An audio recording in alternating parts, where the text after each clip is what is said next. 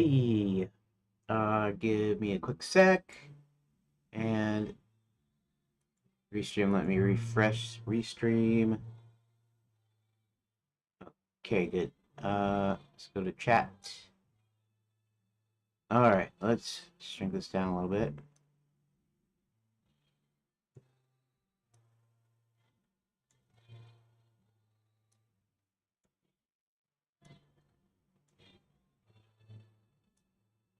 Okay.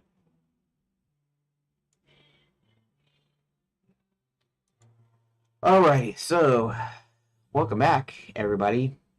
Of course, my name is Keith. You probably know me as Ufgood.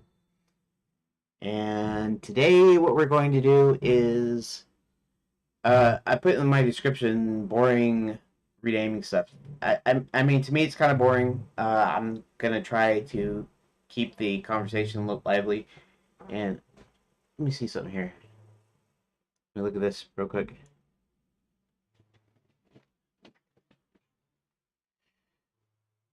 Flip it over a little bit. There we go. Okay, let me move this back over. Um, yeah. So okay, so let's go back to what I did yesterday. What we did yesterday. I can say we. I don't know. I can say we sometimes because when you are watching or listening, you're participating, and so it's more like a community thing rather than a me thing. Even though I'm doing all the work, so really it's just a me thing. I just like to make myself feel good by saying everybody's a community. But seriously, okay, so what I'm planning to do today, well, okay, I said the renaming thing. So yesterday I got, and I'll show that to you in just a sec, uh, if you haven't seen it. But yesterday I got the saving code working. So I couldn't really use a tool script to put a button in the editor because whenever I put it in the editor's viewport, and I panned the scene, it panned everything with it, including the UI element. I could have left that up there, but if uh, if the tree turns out to be like super huge, then I'm gonna need to zoom out, and I'll have to look for that save button. Obviously, there's some things I can do. I can do some zooming type things or whatever, and I'll probably do that later. I'm also possibly considering actually creating a tool, maybe. So like an actual layout tool. But the problem with doing the layout tool is that everything I'll have to do everything. In other words, the scrolling and stuff. Not that it doesn't have camera stuff and doesn't have functions to do this, but I have to make sure that that I have to um, I have to basically call all the code myself. In other words, the Redot editor has everything like working already, and to replicate some of the functionality, I'd have to write some camera code. I mean, it's got a camera, but I mean, I'll have to place the camera, and then I have to do the thing with the scrolling and the zooming and manually. And maybe it's not that hard, but just the reason that I didn't create my own layout tool is because I thought it would take forever. Now this has taken a long time, so maybe it's a toss-up whether it would have been easier just to do an external layout tool. In fact, I don't even need to run a program. I can just run the scene too by itself, and that works. So I might transition to that. I'm thinking maybe I could devote a little bit of time each day to replicating that functionality. But first, I got to get the actual functionality I want here working first, and then I'll think about making the layout tool. And then the layout tool is something you could probably, I don't know, you could probably use to make your own games with or something. I'm guessing, you know, but figure it out. Um, anyways, so yeah. Okay, so let's just get to it. Go to desktop. Here we are at the Mariel desktop, and I got a browser window open. And yeah, I don't know how much Grok I'm going to use, but I got Grok. Oh, you know what? I did forget to. I forgot about the Redot form. Um, let's see something here. Where is actually my thing? I can add a reply. Can I control V? Okay, that's the yeah. Um, okay, so let's just do this. Boring renaming stuff. I like this. We'll do it. We'll kind of do it like this. Big red. That out. We'll do mean green this kind of the same way. That way, post reply. There we go. And that way these are lined up. These aren't lined up because big red and mean green are text. And so it puts the text lines up with the bottom, and then mean green is longer than big red, so they get kind of, out of sync or out of, alignment. This is much better. Okay, anyways, that's good. Okay, so I got grab cup here. Okay, so let's open. We're gonna go into. We're gonna open that in a new tab. Actually, I don't need to open it in a new tab per se, but actually, yeah, let's just do this. Okay, so let's go ahead and Redot. Put a new tab. Object ends just in case. A new tab. Um, Blender, LM Studio. No, everything's cool. Oh yeah, and I can't forget today. I need to this Neeson, or I don't know how you pronounce his name, but he their name Neeson. Um, yeah, I got some software updates. What do I got software updates wise? We'll worry about that later. Okay, so uh, let's just go into Redot right now. Actually, let's open projects, Redot projects in a new tab so I can go into the deal, including the rooms. And as you can see, because I haven't started it up yet. Of course, of course, of course. Let's go ahead and get GitHub desktop up here. And no changes, right? Good, good, good, because no changes right this second. Okay, so let's go back to the Redot folder and let's go ahead and start Redot and open this up and let's see if it gives me any errors or anything. It's got a, what's the warning? Okay, let's see what the warning is. Add-on failed to load. That's weird. Oh. Let's see something here. Scene, project settings, plugins. We do have the regular custom save on though. The warning was, I think it was the old add-on. Wait a second. Add-ons, custom save. Oh, it's because of the directories, and this is the old directory, I think. So I believe, I believe that I should have the meta files in here, which they are, which is fine, because that's fine.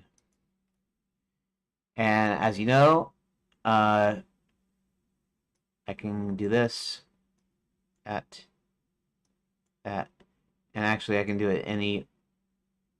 Okay, if I want to, I can just do it whichever way I want. How about that? And then save metadata, and it saved it. No problemo. In fact, let's open one of these. See, there it is. That's cool, right?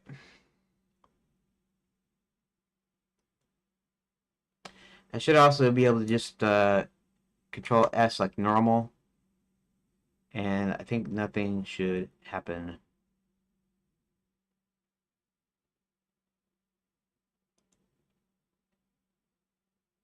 If I hit save again, it should save it again, which it does. Okay.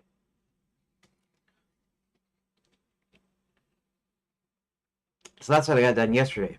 Okay, so today I need to work on the file names. This is going to be kind of tricky because semi hard coded, and by that I mean I don't extract when I'm loading the files. I don't necessarily extract the I don't tokenize it necessarily, which I probably should, and I probably might. Uh, but we will see.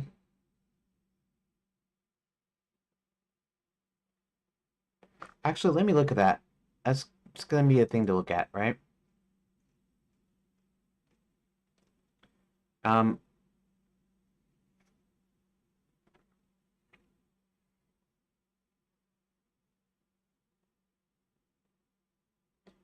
prefix and suffix. Um, extract file name from room. Extract the file name. Okay. Um, I think I can remove all of these extra print statements.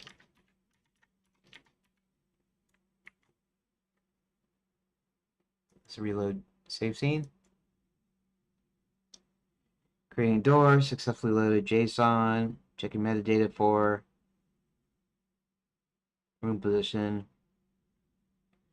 Okay, now let's go to the 2D view and let's go ahead and move these in a little bit.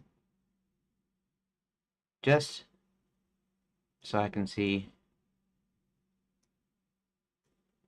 And then Control save. I'm actually saving there. And let's save it. And it looks like it's saved. And the save scene. And everything is like it's supposed to be.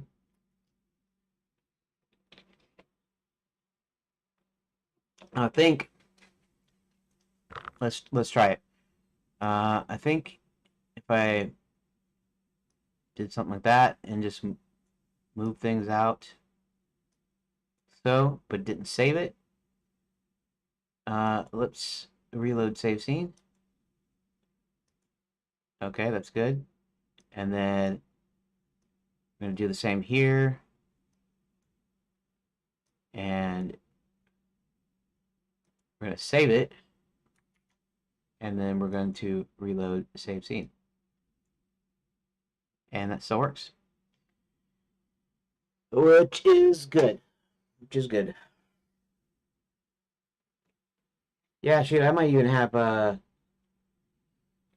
actually this might have some snapping to it. Mine it. Does it have snapping? Group. Snapping options. Pixel snap.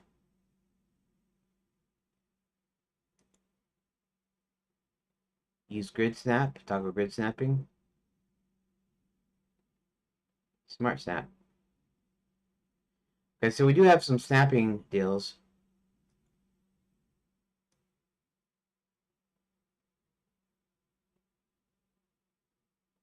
That.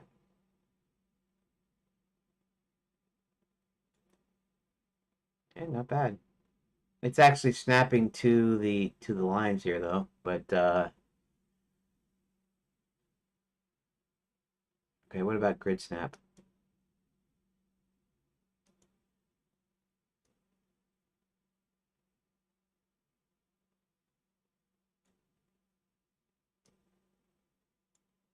Oh, weird. Okay. Turn snapping on.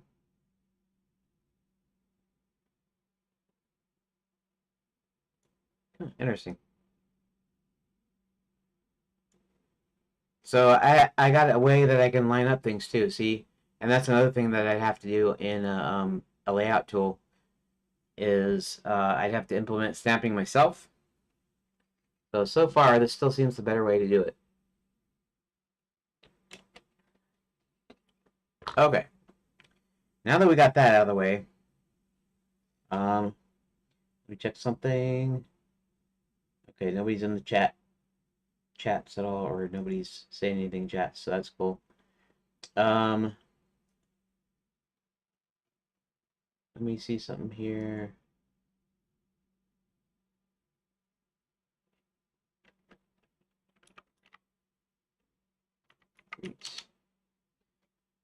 Okay. Hey guys, what's up?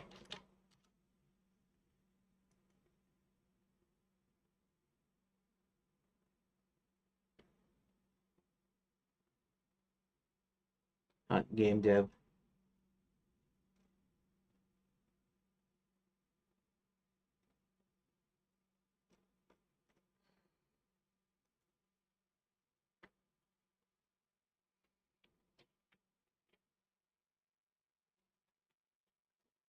Okay.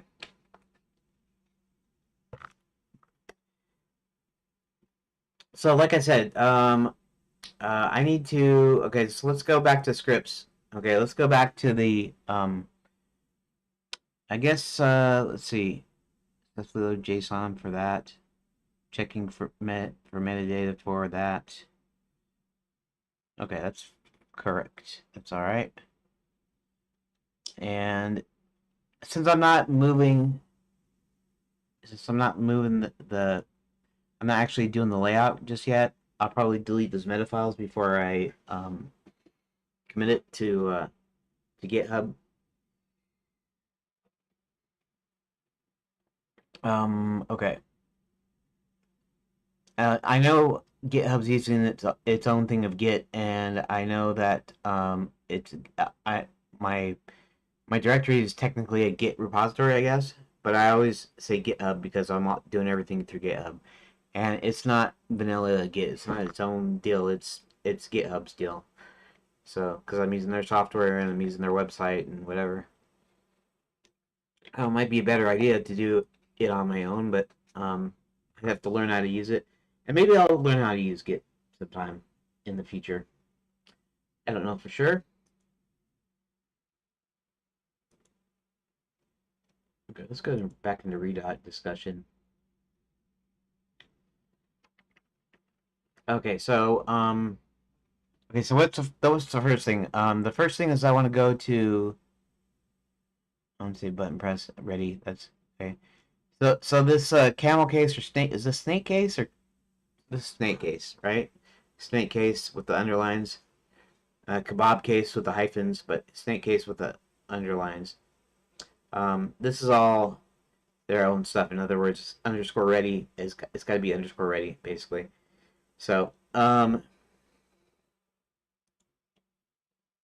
actually this should have a return there. Uh, and funk on save button press.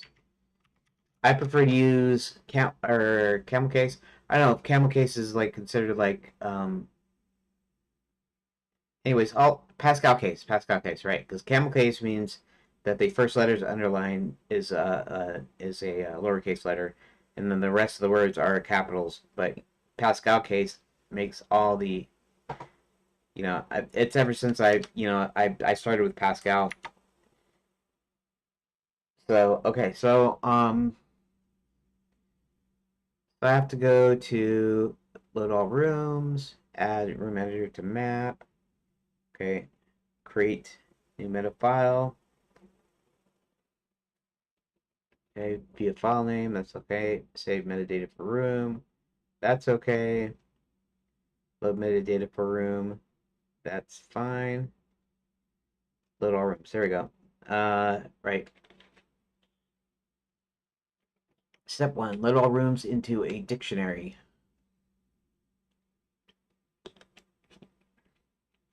JSON directory, next file on the list, room, create room from JSON. That's going to be the big deal. So that means it's actually in the room folder. And I guess process can remain commented out because I don't need processor right now, at least with what I'm doing. But I'll leave that in there just in case. Let's go back into room, load data from JSON. Okay, JSON name. Okay. Open. Parse string. Okay, that's all. Okay. Room properties. Set room properties. Room ID, room parent, room name. Self.name equals room ID. Okay. That's going to be a little bit different, I think. We have a file name, don't we?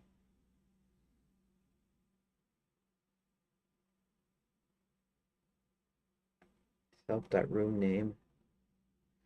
Okay, let me look at the JSON data here real quick.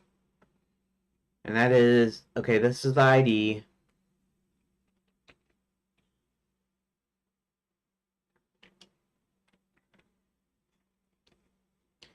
I suppose that's probably okay. I just got to make sure that the IDs in the in the file in the file match right properly.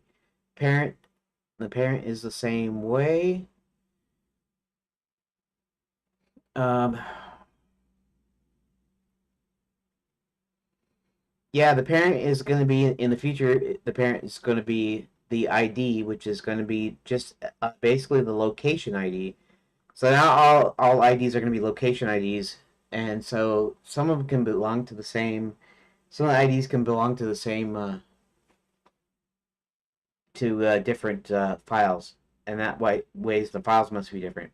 For instance, I went through this with ChatGPT, but let's say I had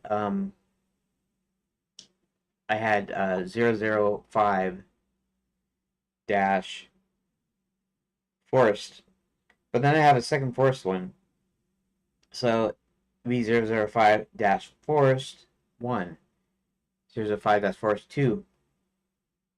I might do O2 or might be do it 2 digits, but basically that so that later on when I actually get to making regular single locations, you won't have all these extra pages, and they'll be the same. They'll be their own ID. They'll be consecutive IDs that ways, and so that way I can collapse them pretty simply.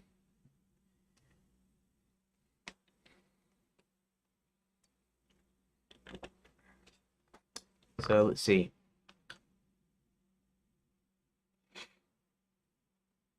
So now your ID and your name are going to be similar. You know, I just thought of something.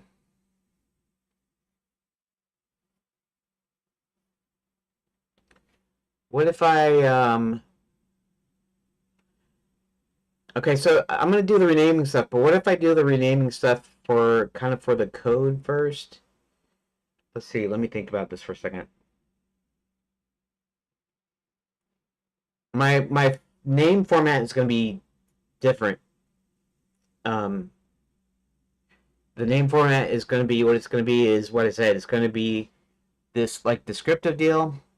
And actually it's gonna be locations. So it's all gonna be location. The ID is gonna be a location ID, and then this is gonna be a location. So we'll just say resort for instance. Now max enclosure would be dropped, so it'll be like 001. We'll say 002. 002 dash resort, right?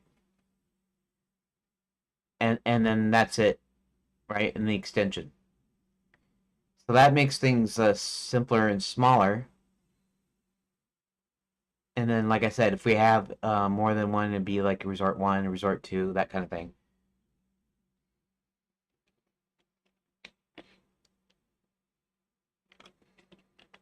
So let me think about this for a second. Do I want to rename it on the first deal, or do I want to write a script to take all of these room deals?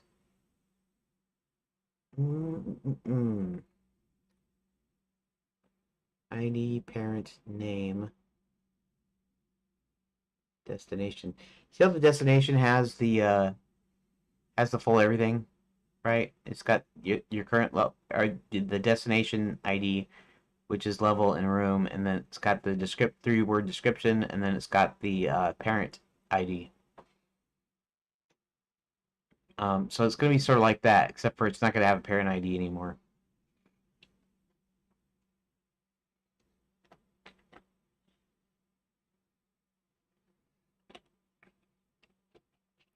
And then what I was going to do is I was going to see if I could maybe feed my original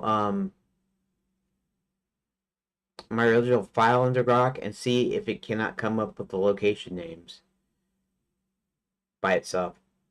And that would cut off some work for me. I know I tried to do it before, but there's a possibility I could reword it in a certain way because you really need to be really specific with these chatbots. And so Grok not understanding really, um, I could have it try to rename them.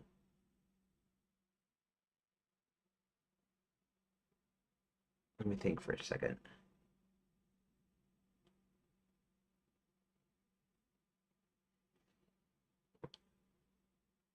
So let's okay, let's close this and let's look at let's go back. Yeah, let's go back to here. Let's go back to actually where's the redot. Let's go up. Now let's go into projects. And let's go into here. And then let's go into here. New room list. I'm not sure if that's the newest room list.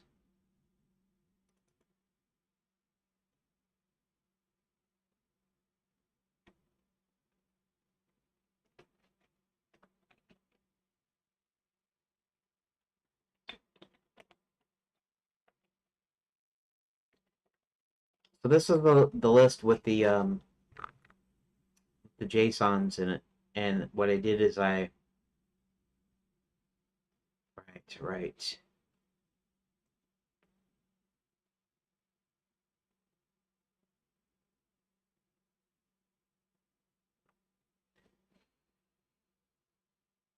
This would be Hubert's home. That would be leaving work, walking down the street. So that would be the store. Let's see if this corresponds to the actual rooms here. Wait a second. What's the difference here? Rooms.text. Oh, these were the actual right. And notice this is when I didn't have parent on there.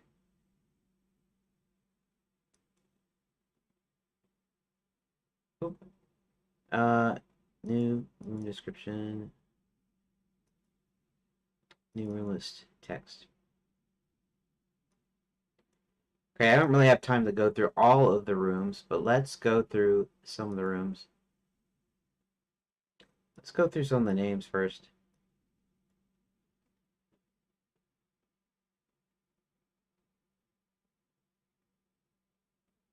Welcome, resort match closure. And this is back when I was doing like zero thing, and the zero would have been the welcome, and I kind of changed things around. Apparently, oh, I see.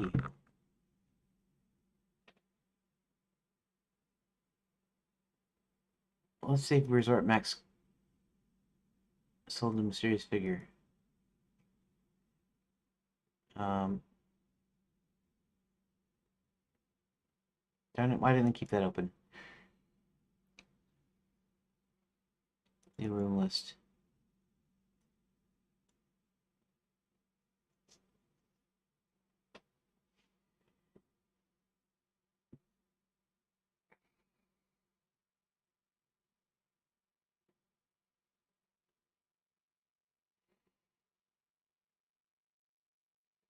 This is okay, but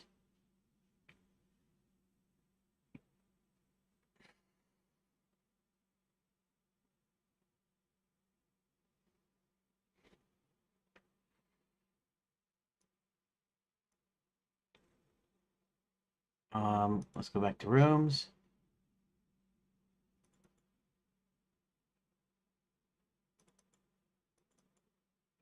And we're just going to, okay, so, okay, so resort max closure, resort max closure.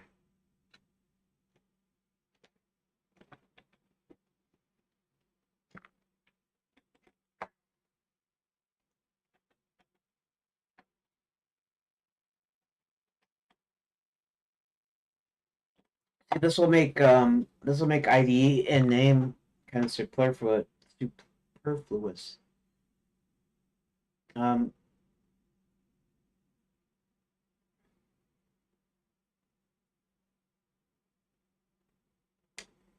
maybe I shouldn't have a name.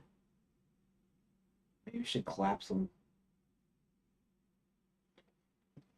Okay.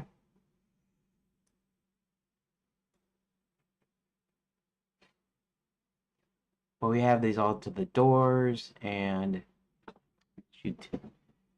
Let me go look in my Python projects folder and split rooms.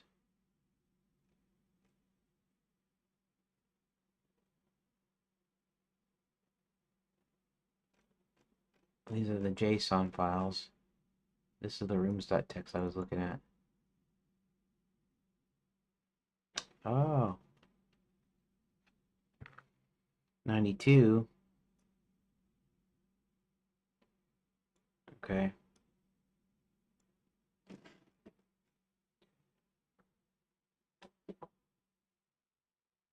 I should take this and I should do the renaming thing. Let me think for a second.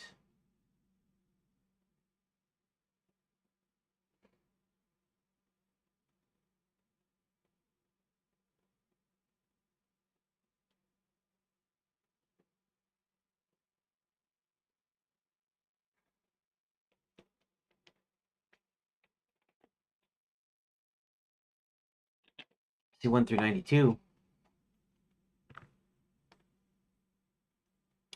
Um,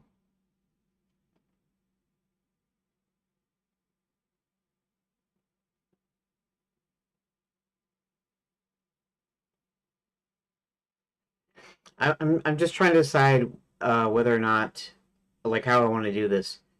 Do I go back to the original room deals and have it start over and create a new thing from that, or do I take this one, which is actually the full file with the with all the JSON files, split them up.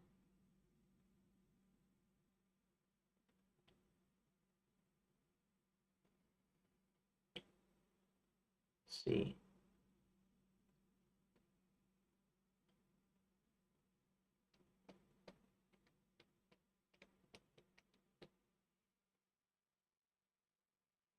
ID name.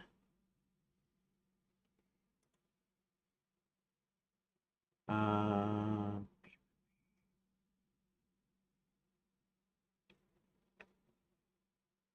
Let me ask Grok something. In fact, let's do that.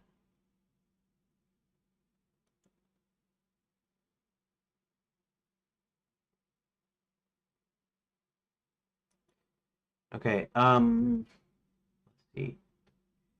Was I gonna ask it?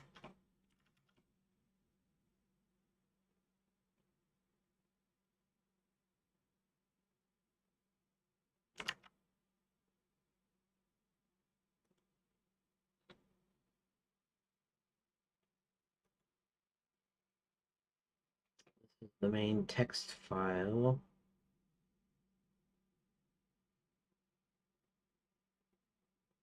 Oh. Okay, let's ask Grok. Now if the script uses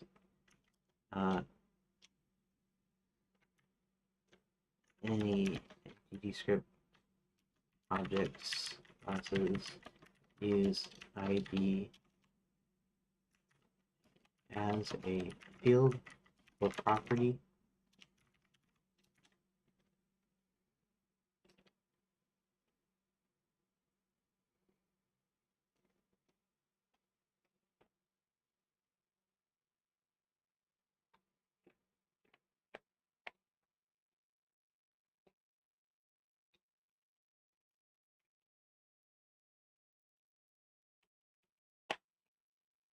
Get out our for node instance, not a direct ID field. Resource ID in some context. Tile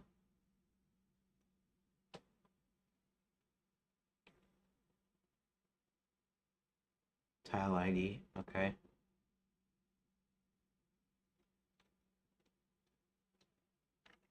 So I'm using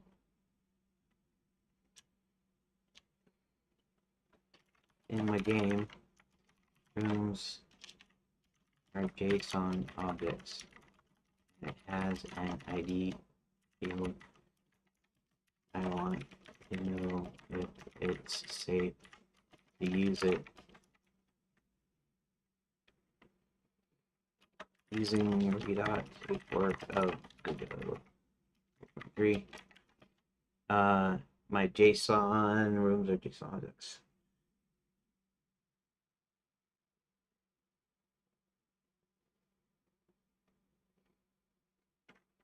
Each room is a descendant of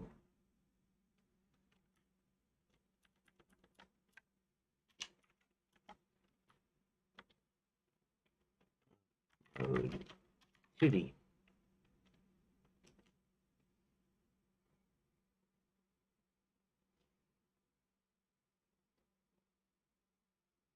Where each room is descendant. Very important considerations to ensure it works reliably and avoid potential.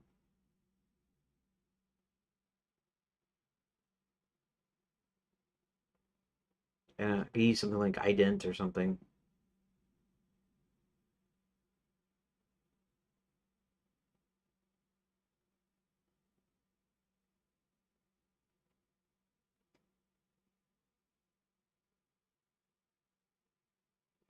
Boy, that's a lot of text, isn't it?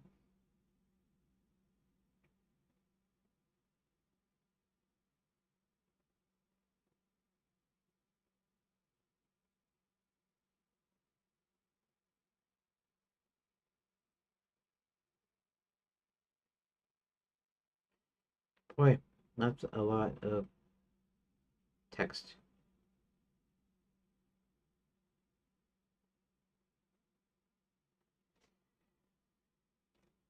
Okay,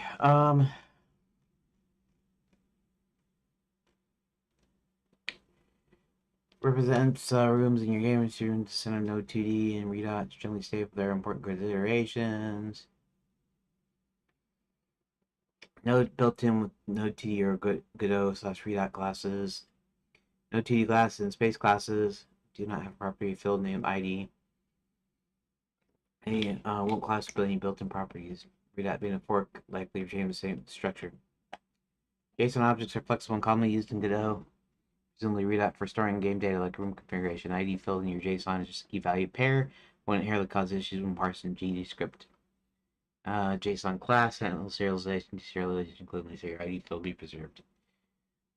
Since your rooms are descendants of Node TD, you're likely attaching a TD script or equivalent in Redot to each room node to manage its behavior. Adding an ID property to your room script or storing it as a dictionary from JSON is safe and a common pattern for uniquely identifying.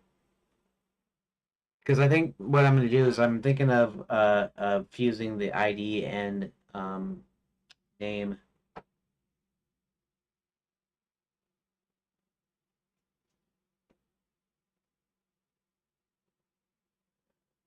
Anyways,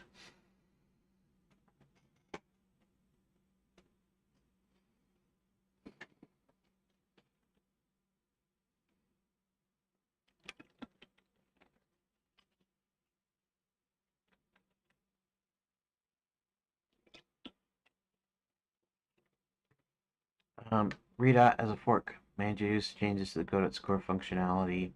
Um, Here's some potential issues to watch for and how to address them. If you or plugin define with ID in a base class, accidentally override or shadow it, then a shadow class, right? Use a unique naming convention for your room ID instead of ID to reduce the chance of conflicts.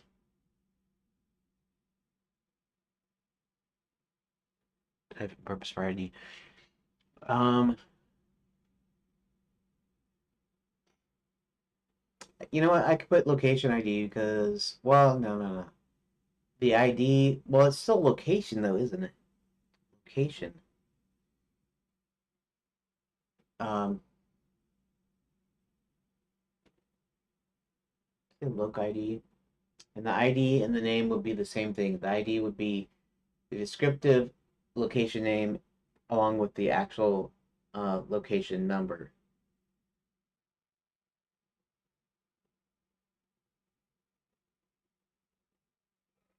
Hmm.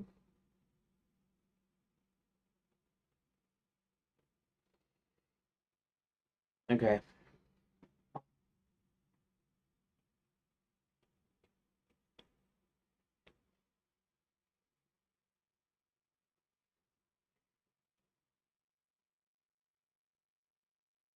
Validate the ID field, right?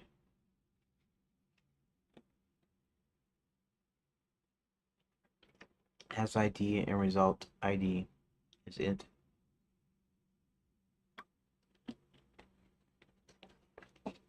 ID to uniquely identify rooms for single loading, referencing the scripts. Must ensure no two rooms share the same ID.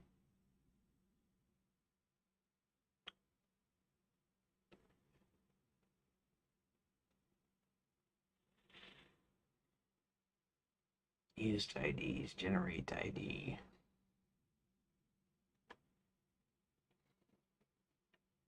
Room states the ID field in your JSON must map correctly to the corresponding node 2D instance in the C tree. Groups are dynamically instantiated. You'll need a way to associate the JSON ID with the node. Solution: store a mapping of IDs to nodes or paths. Uh,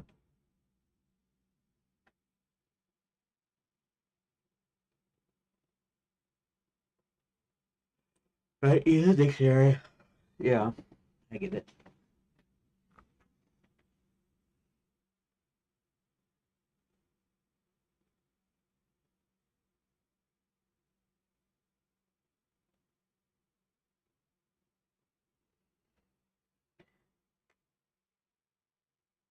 Share uniqueness.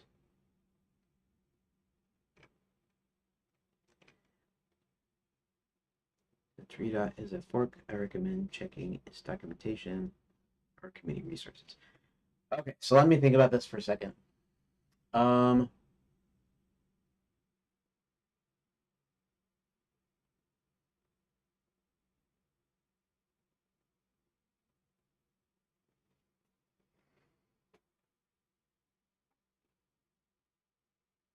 I got some allergies, so I took some Benadryl today. So now I am sleepy, not because of staying up, but because antihistamines kind of make you kind of sleepy like. Like I could go to sleep right now. And I think it's just because it's kicking in. And the reason I know it's kicking in is because of the way I feel. This isn't normal sleepiness. I can tell it's the Benadryl.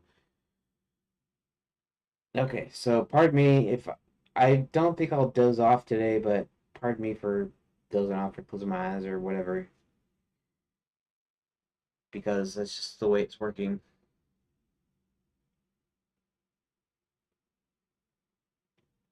Let's see something here for real quick. Ready? 12:14. Okay, so I still have over an hour until my break.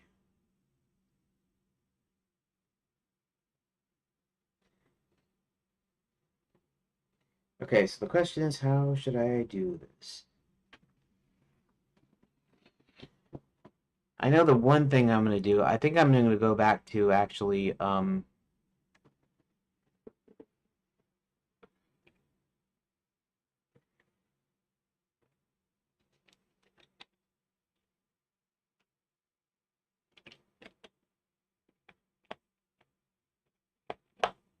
so what text should I give it? Because it means I'm going to be kind of starting over with the whole rooms thing. Rooms text, this is the, right, this is that. The individual JSON files. New room text is what I'm looking at. So one of the things I need to do is um,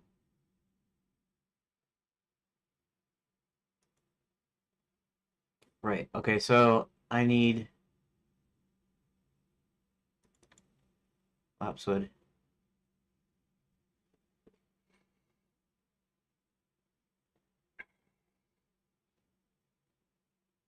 Okay, level 12.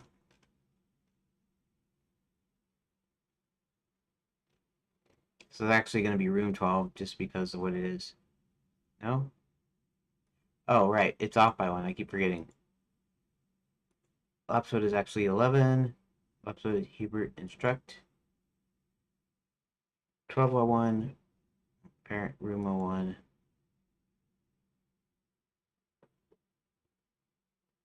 Room 11. Once the product confines Lapswood, Hubert sends John. Hubert goes to examine whether you at Fair Guy College. Uh,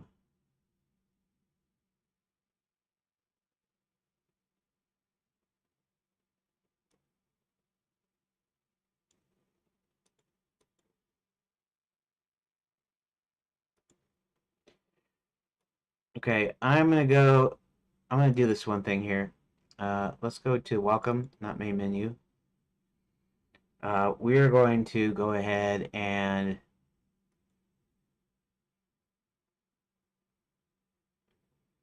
let's go to new room text here.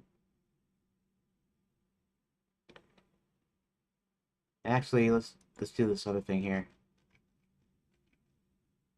Let's take the meta files out. Uh, it'll end up recreating them at some point if I run it, but we'll leave like this. And let's see. Um,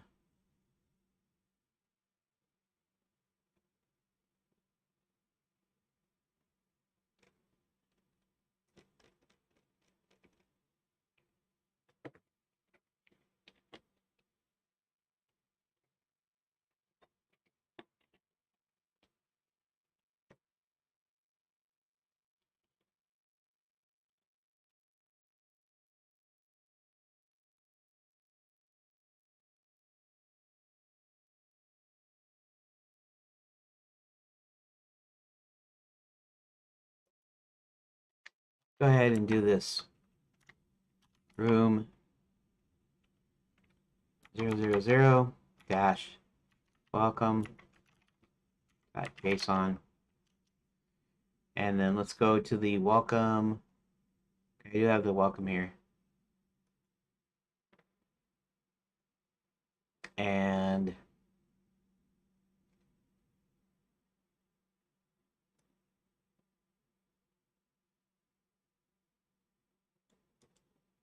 copy B.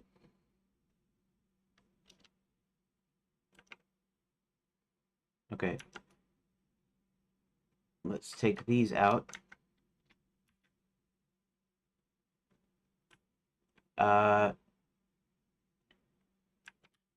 We need to take the /n/n out. And there's no other /n's, right? It's all one line. That's fine. It's fine if this is all one line because it is one line.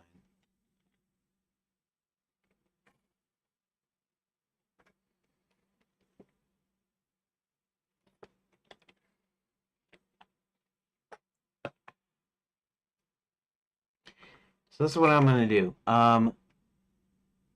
I'm gonna have Grok do the whole thing here. That is rename these, right? Okay. Select all. Let's do the thing here.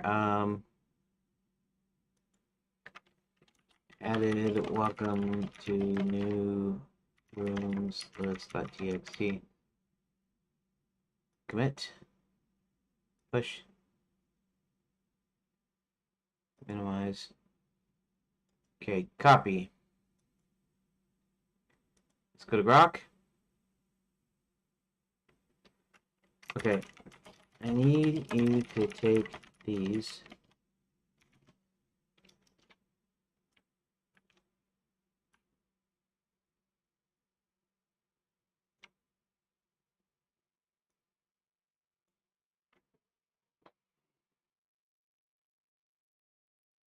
So I'm gonna have it kind of start all over again, essentially.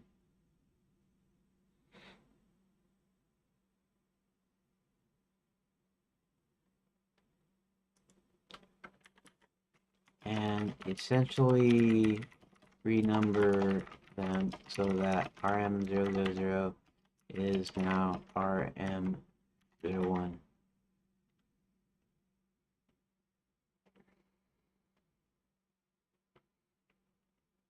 And then show me the adjusted list.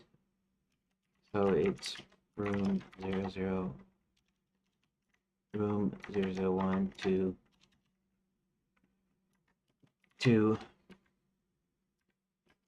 room 093.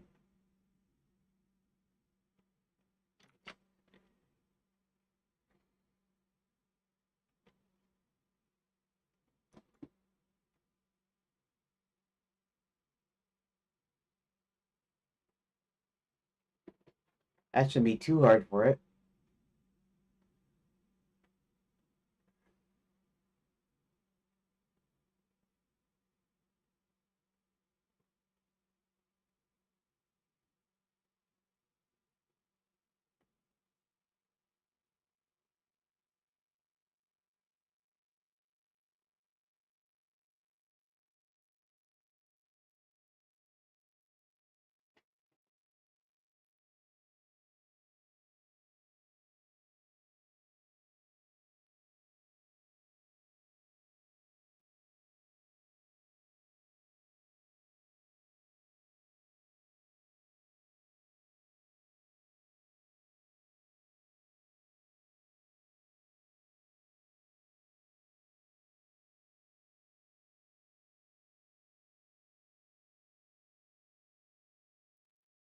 Here, stop it. I need you to do these where each sentence ended in punctuation is on a new line.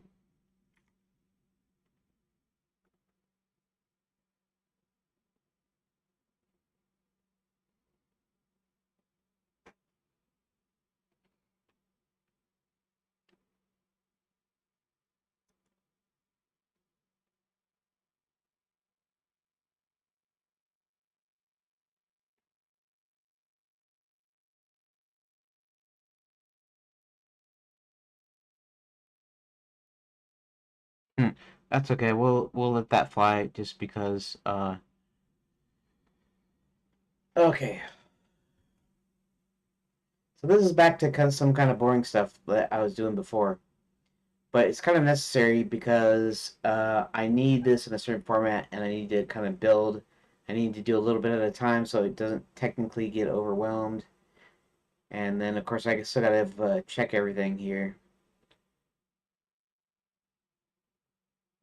assuming that it's going to write it correctly.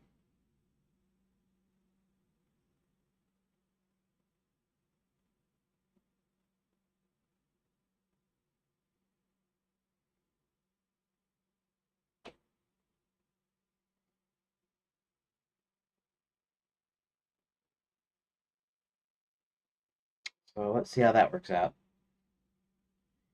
So I'm essentially kind of rebuilding how I want to do the names, redoing it. So maybe that's all I'll get done today. We'll see. 12:30. I still got an hour till my break, and this is pretty slow actually.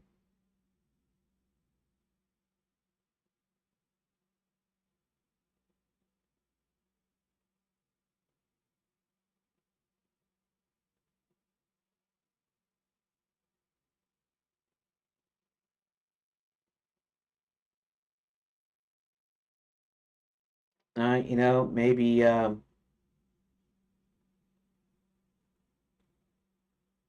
this is gonna be in the description, isn't it? But maybe I don't actually want that like that.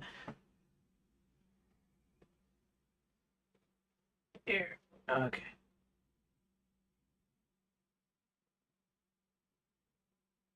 Oh, maybe what I'll have it do when I go to the JSON is I'll have it go and say wherever there is, wherever there is a new line or line feed or a new line, then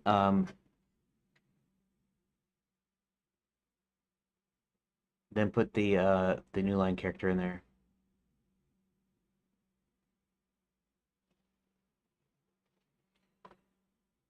Okay.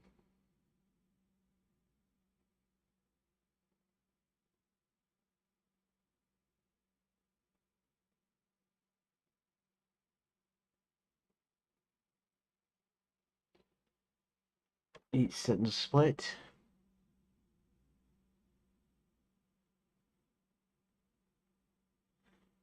Format for clarity, names.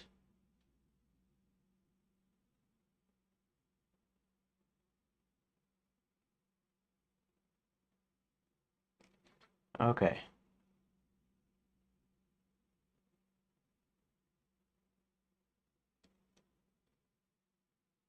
After battle by stone, enemies are rounded up. Comes to close.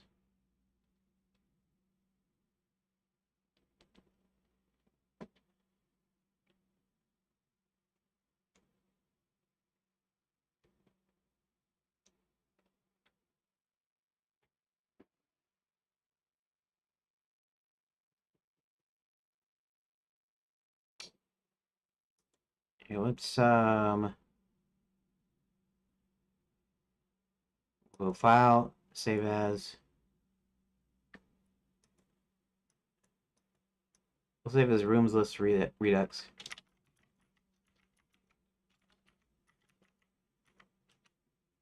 Okay, and then close that. And then here we're gonna select all of these. Actually, I think I can just select the whole thing and then I'll trim it here. Let's just copy. And let's go back in here.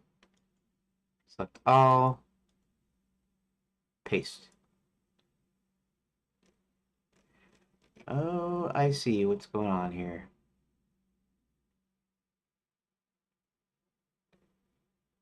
Okay.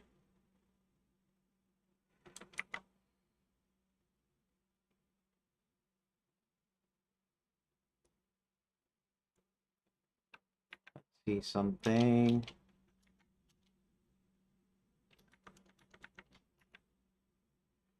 Okay, I gotta remove the bold.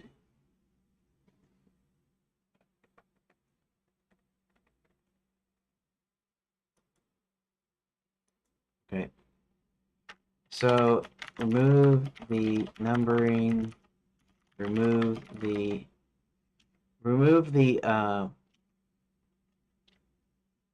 let's see. So it shows to me as a numbered list. I don't know how to sell it.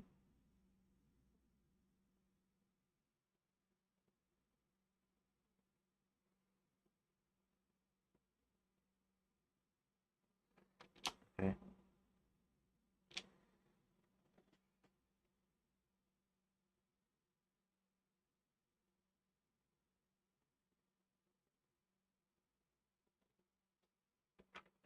can you put it in like a code block where there's a space in between each room and the actual and your actual numbering isn't in there, but the name, for instance, RM001 welcome JSON,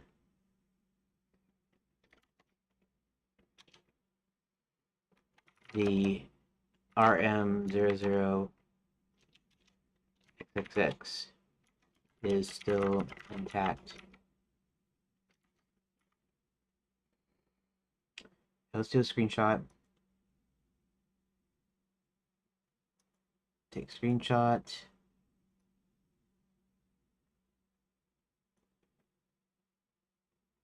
Copy clipboard. Cancel.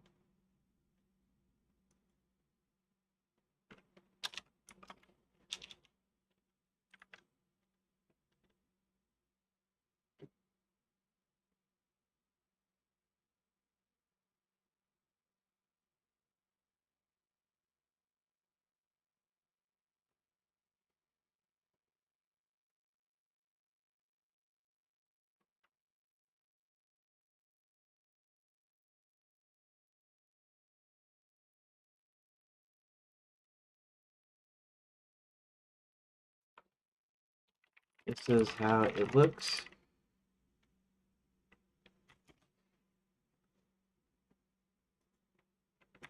And not bolded because I copied the text and it looks like this.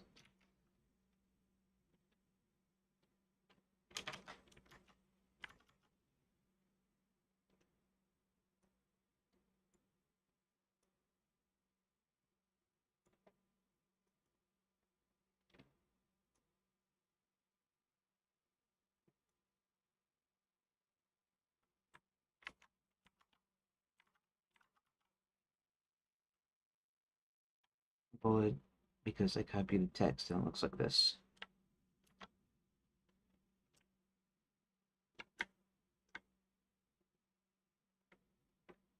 What? Oh.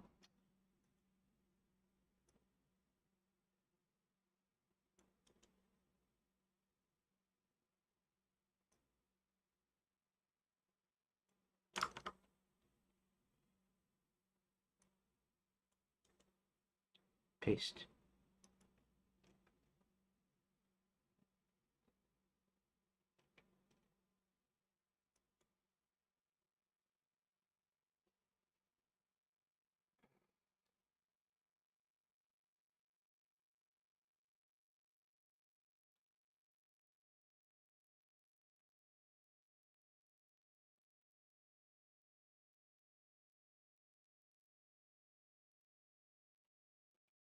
I'll reformat the renumbered room list into a code block ensuring there's a space between each room for clarity, and I'll remove the external numbering. Keep the room names like intact without bolding, and then maintain the sentence per line you requested. Okay.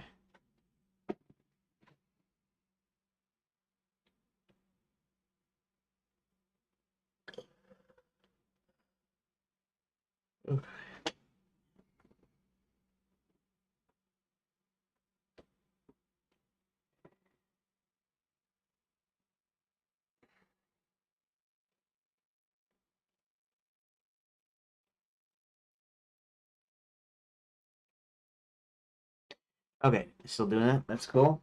That way I can copy the whole thing. I can tell that this is going to take a little while. That's why I said this boring name stuff, because it is kind of boring name stuff now. It's not flashy, editor buttons and, plugins and all that goofy stuff. Taking my socks off, sorry. Okay. Alrighty. Let's see what we got here.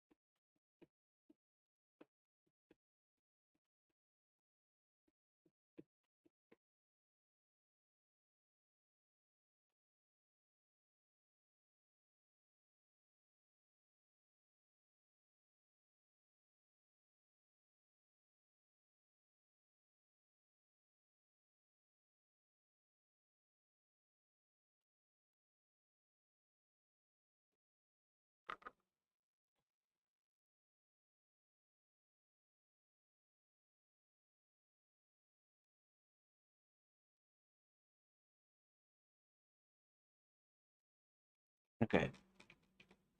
So I'm going to go ahead and copy all this. And I'm going to put it in here. Select all. Paste. Okay. Let's actually split this out so that, there we go.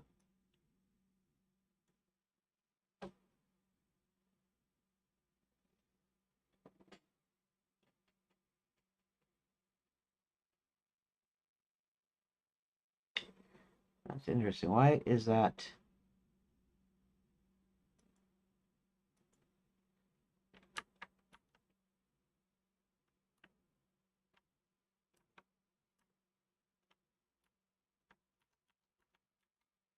Do something here.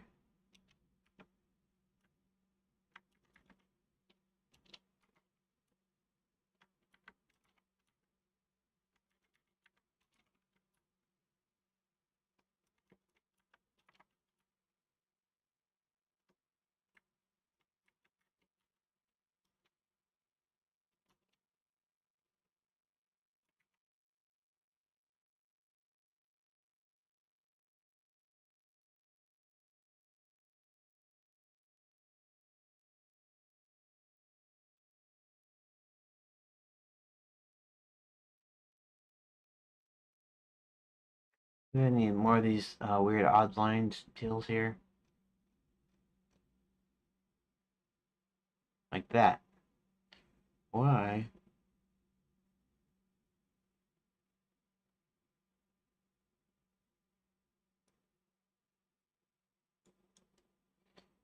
Copy.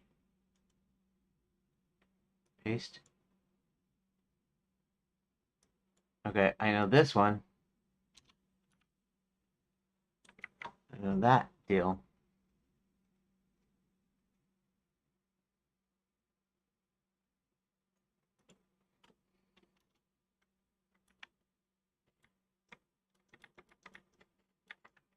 I wonder if it could tell me.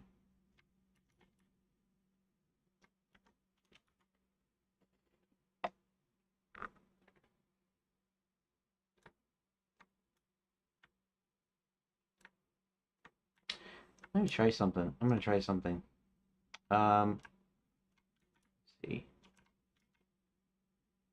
Let's put my one here.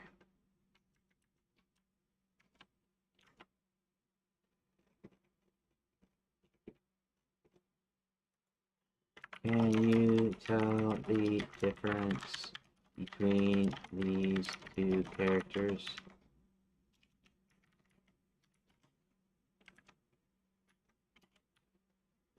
Yeah.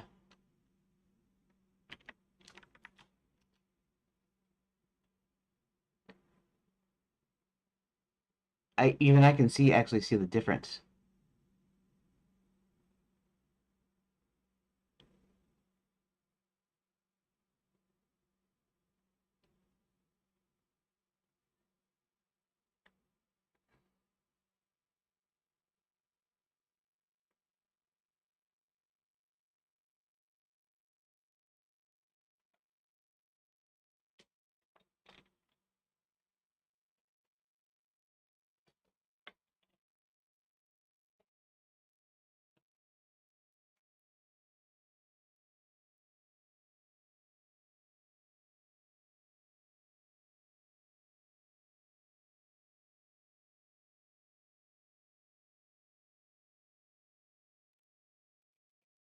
Okay.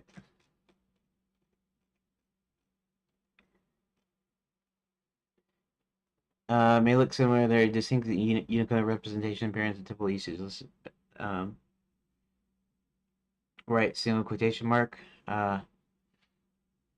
Smart quote is a typographic character often used in formal writing such as books, articles, word processors that automatically format quotes, e.g. Microsoft Word.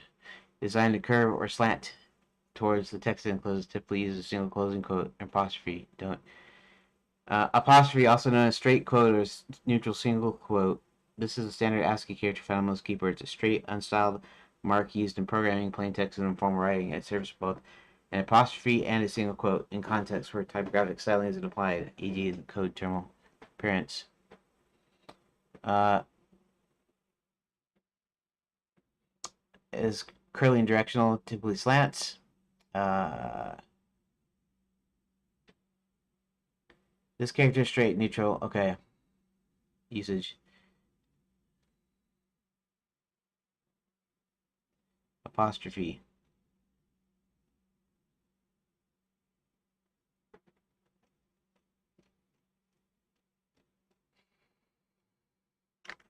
Okay, so can you take that list and replace all the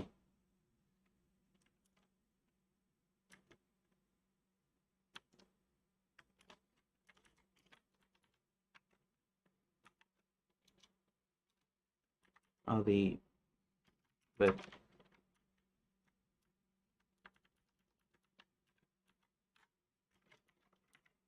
apostrophe SE 27.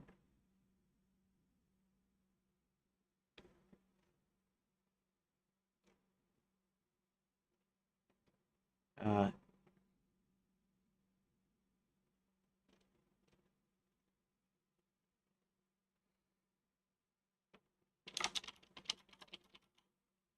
U plus 027.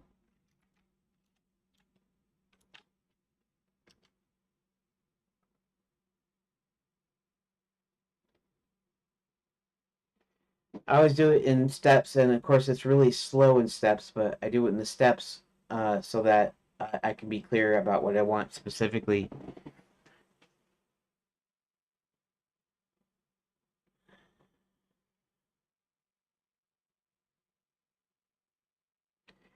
Okay, we'll let it go.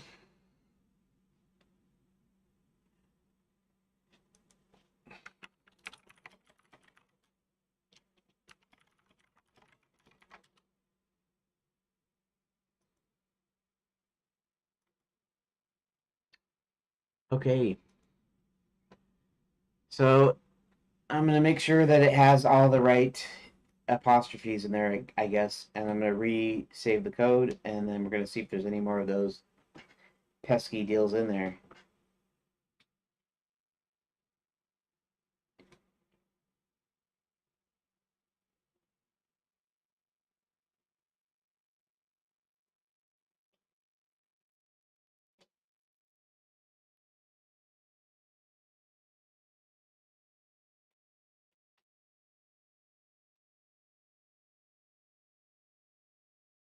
So let's see what we got.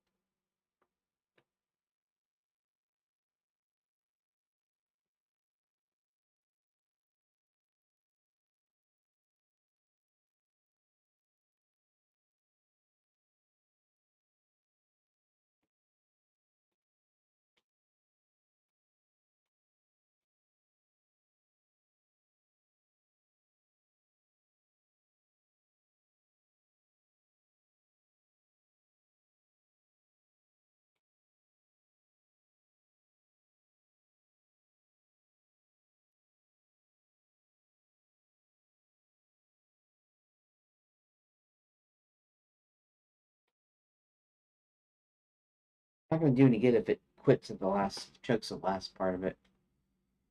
So, okay, so we're doing that, and then what do I do next? I'm going to strip the file name part out of it and just leave the, in fact, the RM part too.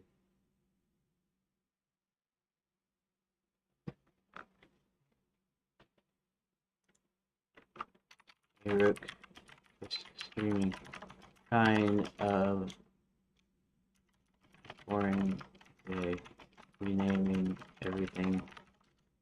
Going to try to give drop another crack at listing locations.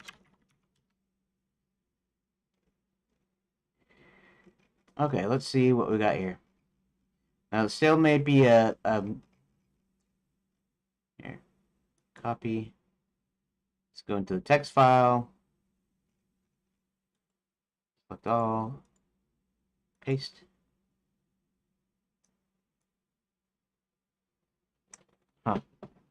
Okay.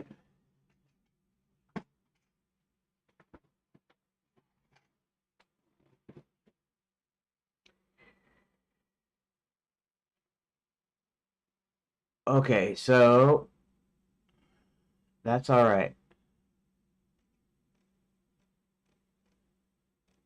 So there should be at least, here, let's make sure that everything is everything. And there should be hardly any of those odd, like, offline things. That's a majority of it.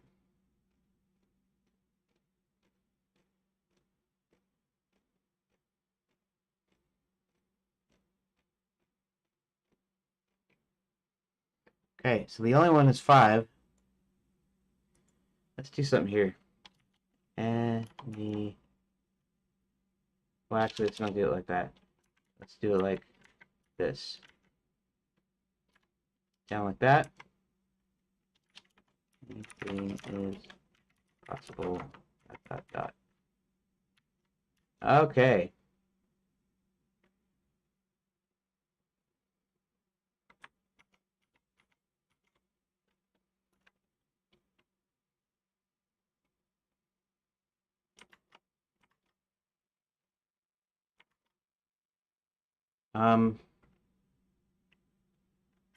The first room, welcome room.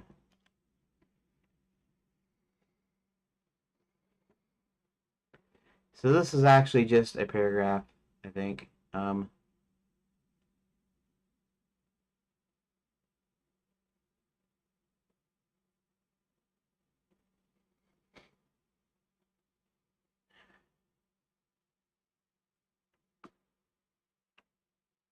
There's the text.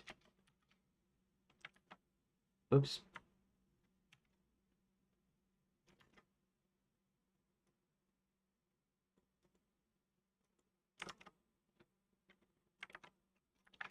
Given what we just did, do you notice anything different about this line?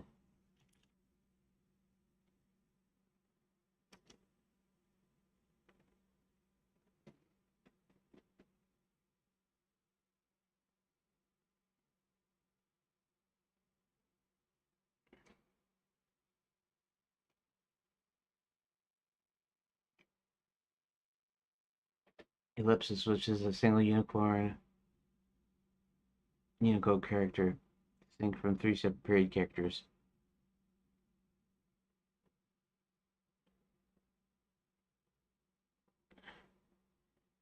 Could potentially cause issues in your game, similar to how Curly Quotes did, depending on how readouts work. Parents.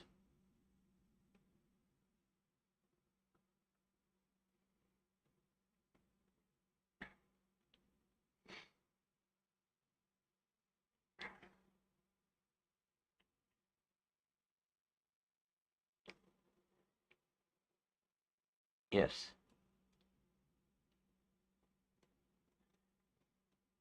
Place the ellipsis with 3 dots.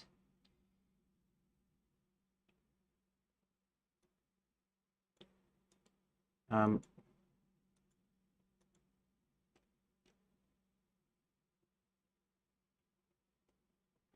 I know some private room descriptions. Yes. Check.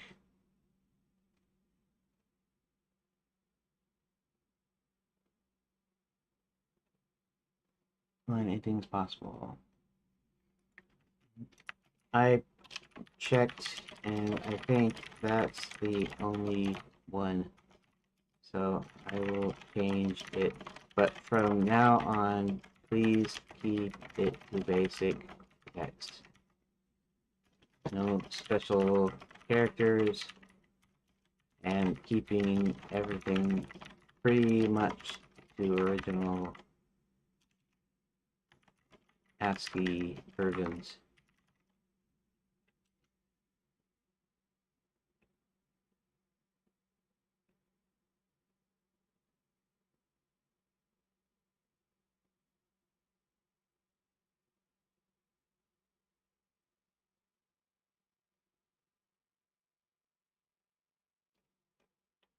Okay, for now, ensure all text uses basic ASCII characters, wearing special characters like ellipsis, curly quotes, M dashes, N dashes, or any other non-ASCII unicorn characters. I'll stick to the original, such as straight quotes, 3 periods instead of ellipses, hyphens instead of dashes. This will keep your rune description safe. Okay.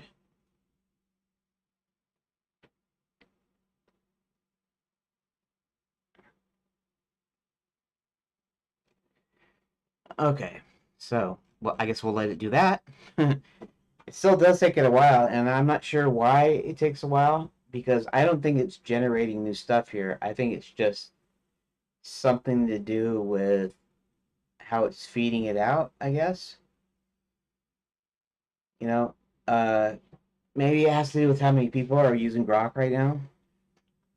Uh, Now, I've got a premium plus subscription to X. So that should give me, if there's any priority, that should give me priority over the free ones. Doesn't mean it will, it just means it should. Anywho, okay.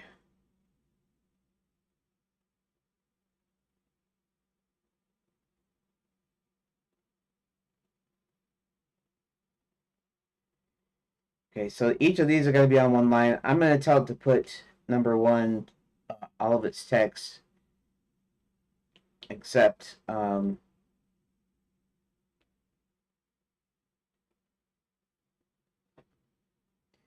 then, of course, if it gets to 93 successfully, I'm going to copy that, put that into the text, save it, and then I'll tell it to do something else, and we'll just keep going until it like croaks. And when it croaks, then I'll have to start a new this conversation, but at least I'll have the current version, because this is all going to be different. Like these room numbers, they're not going to be room numbers anymore. These are actually going to be technically locale numbers.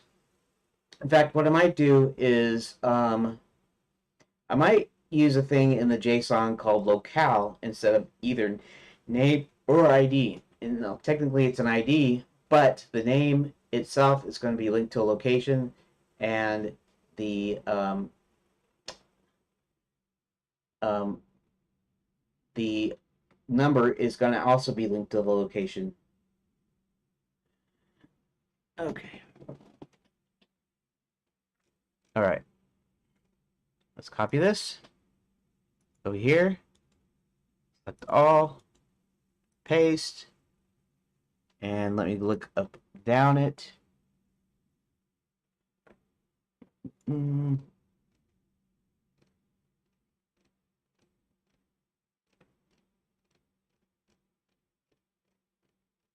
funky characters? We should see an empty line number for a space, and no weird like up and down things. It should all be like even. The lines should all be even, I guess. Okay.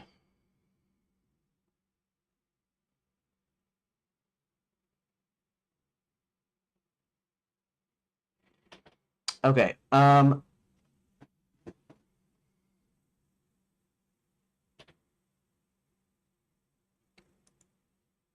Okay. That's good. Now let's modify first room welcome a little bit. New line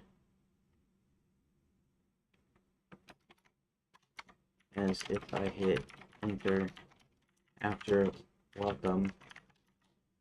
See, do I have that up in here? Where's the welcome deal? Okay.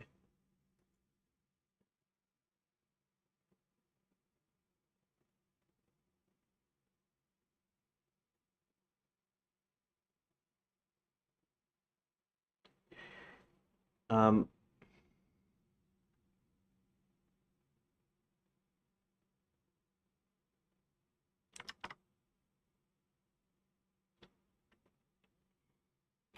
Go to the next line as it actually exists.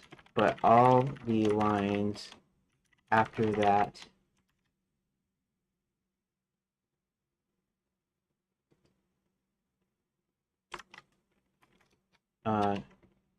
up to, but not including the line, is it this line?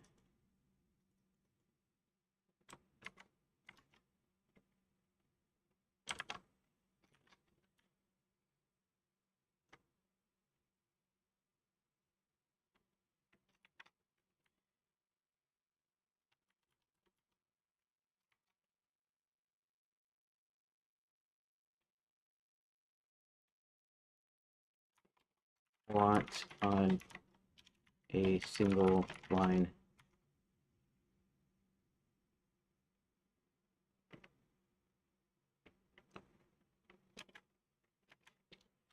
This is technically a welcome screen with a description.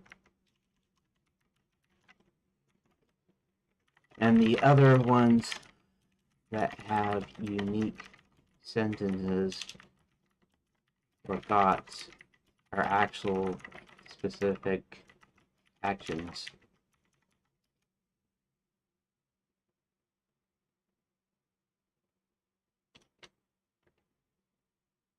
Actually, I could just do it myself and then show it to him because it would be easier and quicker.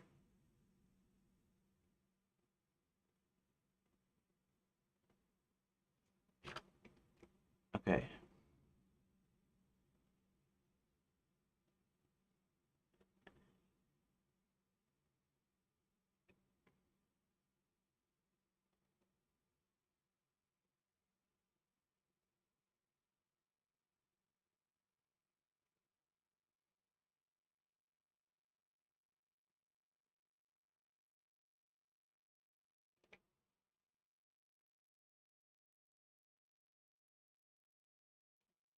Room text.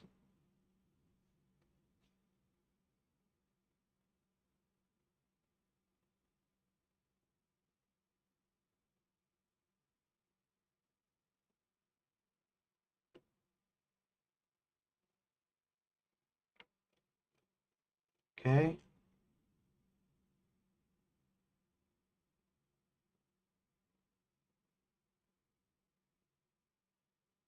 Um, I kind of afraid to actually stop it, but maybe I should stop it.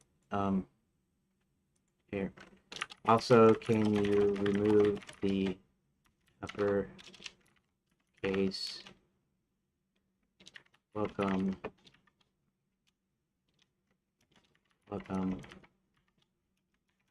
from room 1 because I already have welcome in there.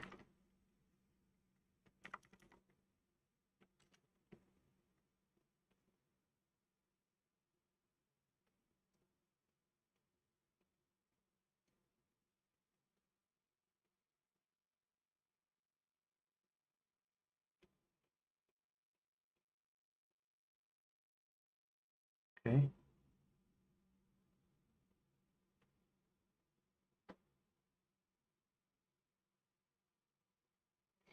Okay. Hopefully you can do it. It might croak here in a sec. So, uh, sorry, I'm just getting a little antsy, a little, well, not antsy. Part of it is the sleepiness, and part of it is just I'm sitting in this chair, kind of doing nothing, so to speak, while it does this. Um, Hopefully it doesn't quit on me. It looks like it's having a hard time chugging along. I probably put a lot of words when I put the list in there, and so generating more lists makes it even longer. So if it makes it through this, then I will do it, save it, and then do the same thing. I suppose what I should have done is I gotta think about doing that later. I gotta think about doing stuff myself that's super simple. I could say that's super simple. I could leave that right.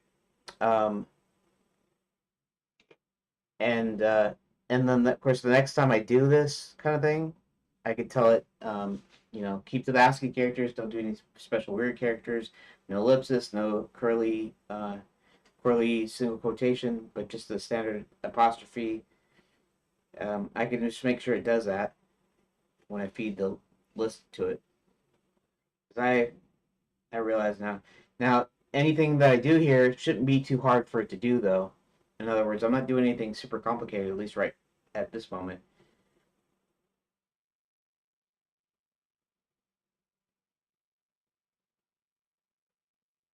So we're gonna remove most of that, delete, and then I am going to have it try to um,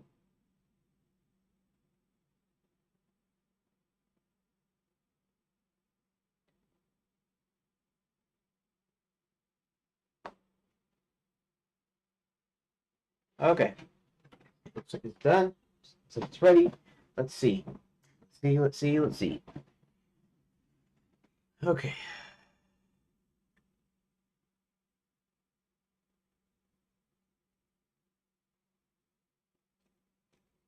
Okay, so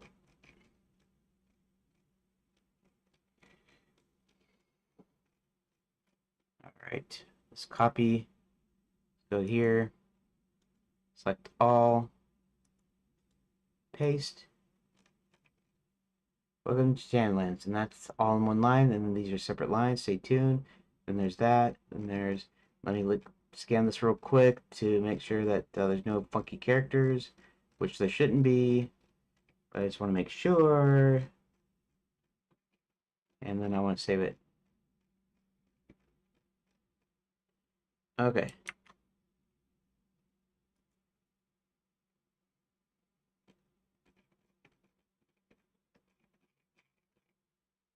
Okay. That's good. Not doing the JSON just yet. I'm reformatting the file names, redoing some things, probably changing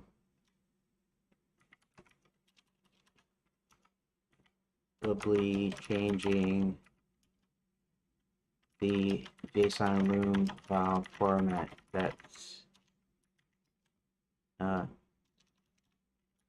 already existing. So that's why I'm going back to this list. Okay, so next thing.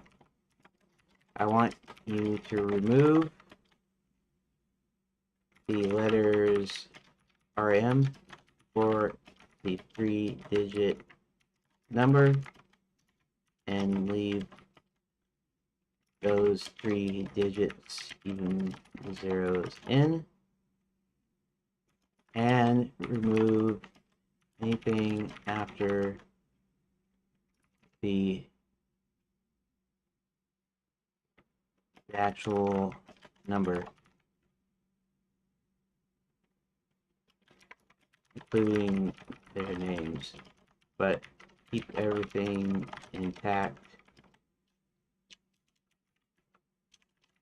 Room number on its own. Everything else intact. For instance,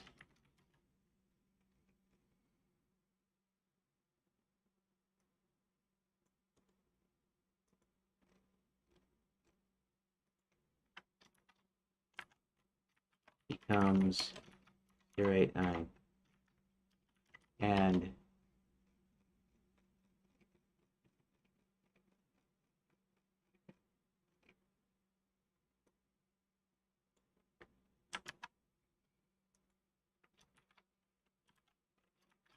becomes 006.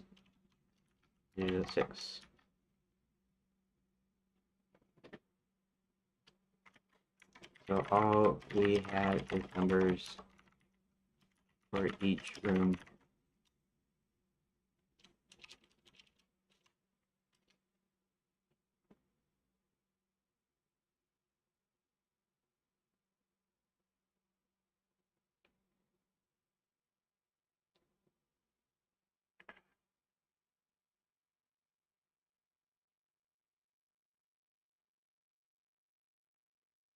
Yes, that looks good.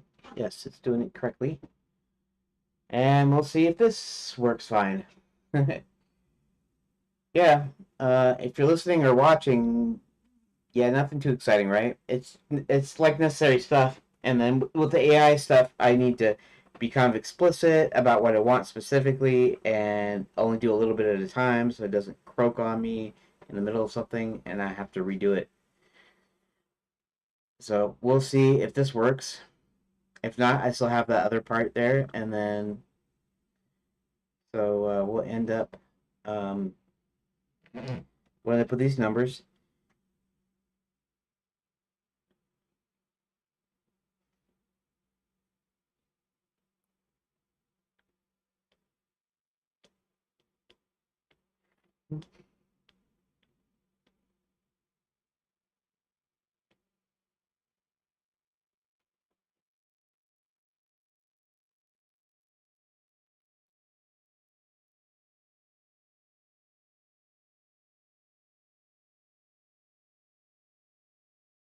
I think I'm gonna have it like convert the text, the sentences, and everything to like slash ends, so that they have all the slash ends in the actual text.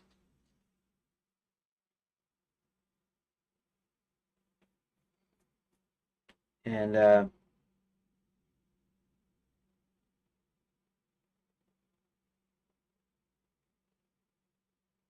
anyways, we'll see. I'll take it one piece at a time just to make sure everything's going fine.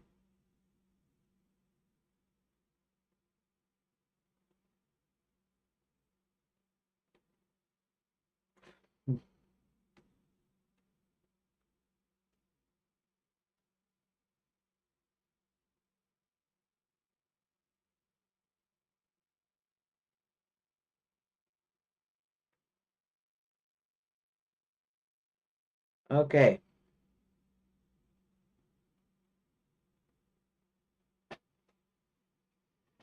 Three numbers.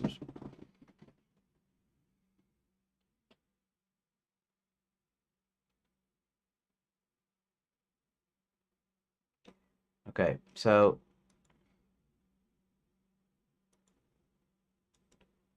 select all, paste.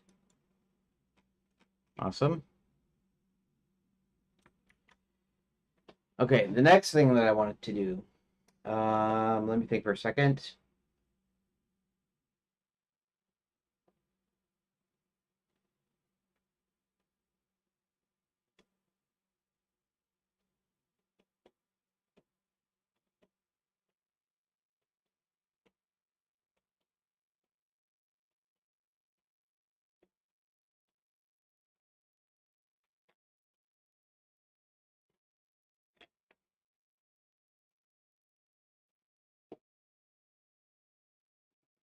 I wonder if I should do the thing where I should let it.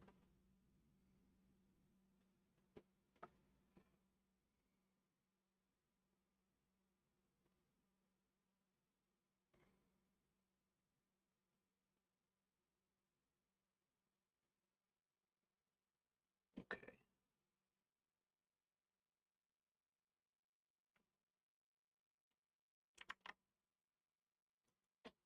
Okay. That's great. Now the tricky part, as I've tried this before and it didn't work near as well. From room 0093 to 00093.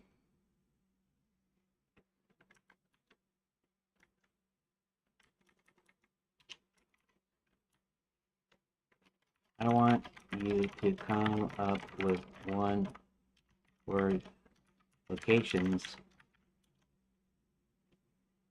and I want them placed right underneath the number, next line, and right before the rest of the statements. humans in the room, you will have to do some inference. Particular things of note.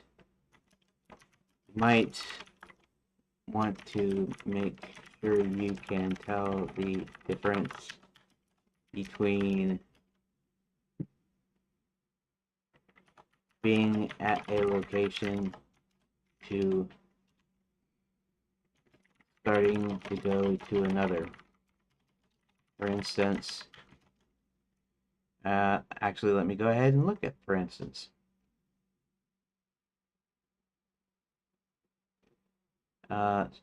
John's leaving from work.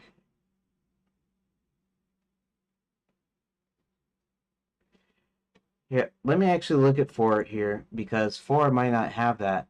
And these are the actual rooms, right? Okay, so let's go to 4. No. Yeah. Street John Portals 4. And we're also called Cerulean. Okay, that's fine. That means it's in there. If it's in there, I don't care if it's not like 100%. Did I just do that? I did just do that. Pull this back up again. All right, so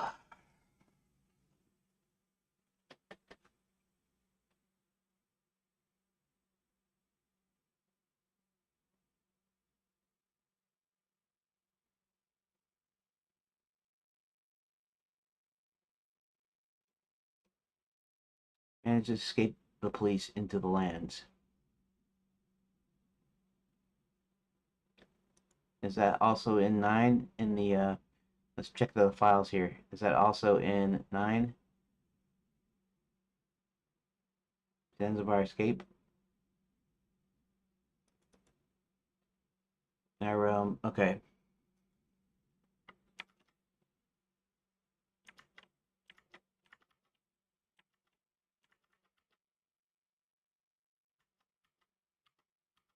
Where's it?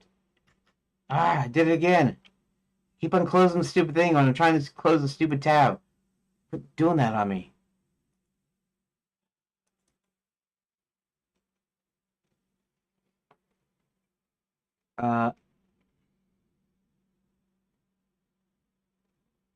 It's gonna be 12, I think. 11.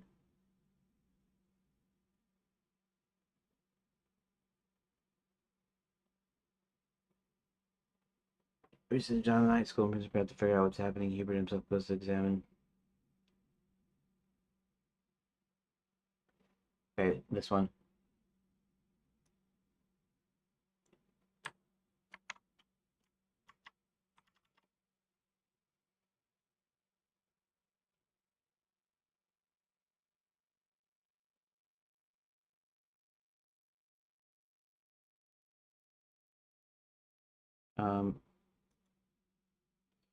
Okay, for instance,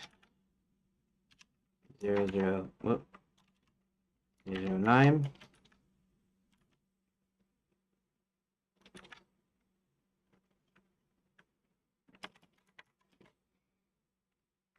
It indicates it's in our realm. So you can use something like home or proper name like Cerulean. And I'm not saying what exactly you should name it, but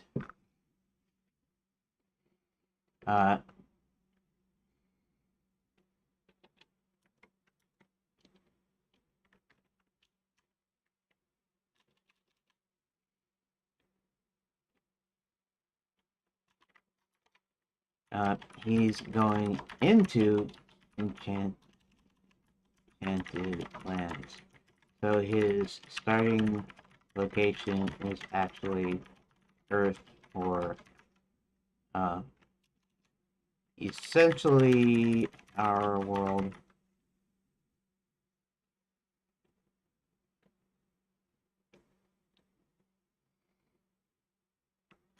but I would like to keep the locale to a single name.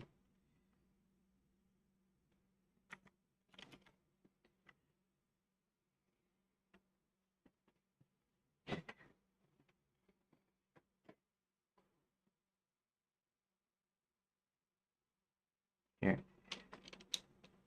The starting location, actually, Earth, are essentially our world.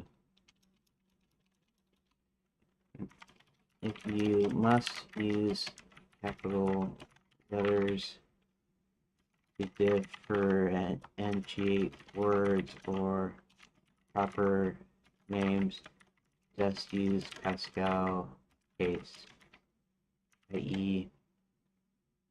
our world. And again, I'm not saying exactly what you should use, but this is an example.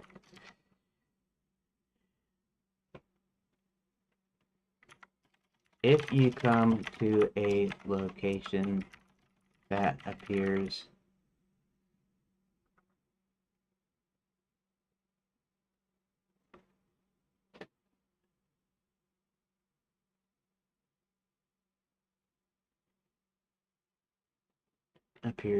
more than once,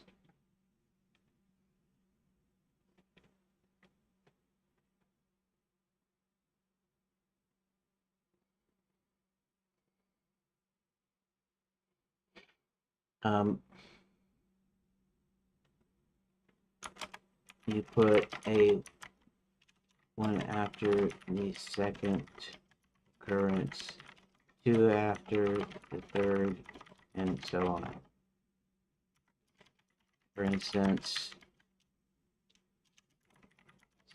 forest 1, forest 1, forest 2.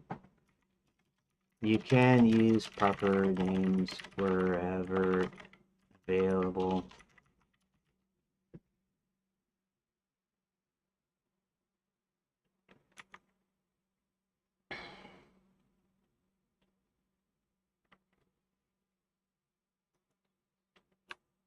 I'm not going to say the one word, I'm just going to say locations.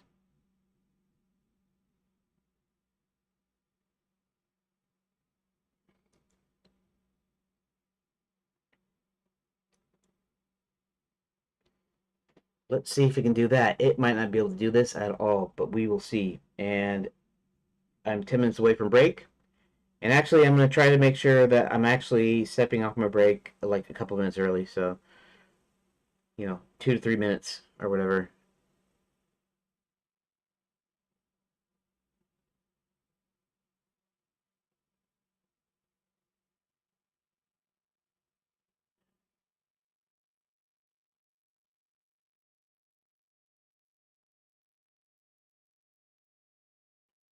Actually, I don't mind.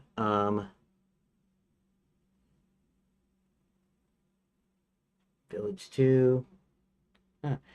Wizard entrance. Lizard U Hall. Lizard U Library. Awesome. Dwarf Mines. Awesome. Fairy God College. Gnome Kingdom.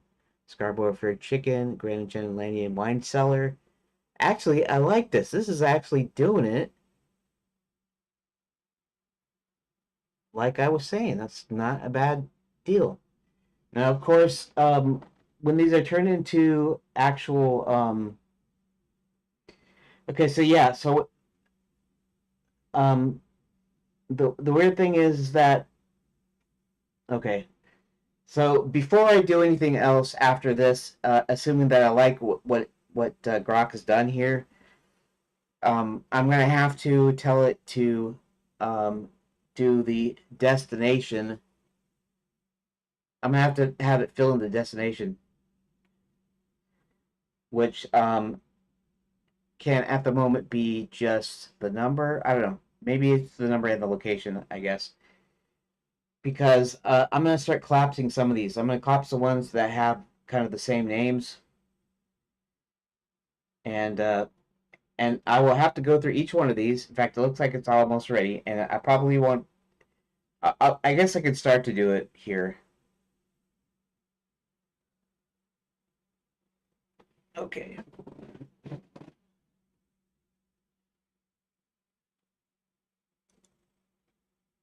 Okay.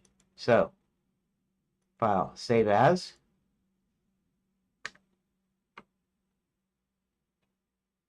Wait a second. What did I do?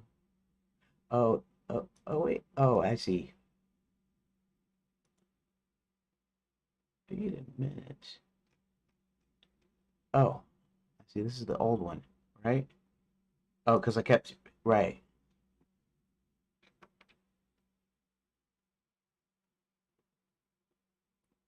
Items list. Okay.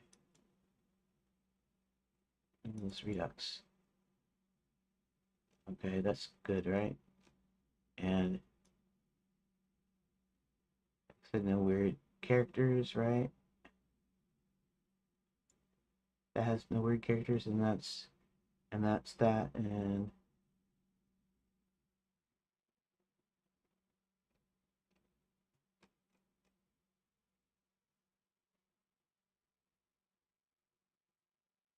okay, that's cool. That's cool. Okay, file, save as. Let's call this items list.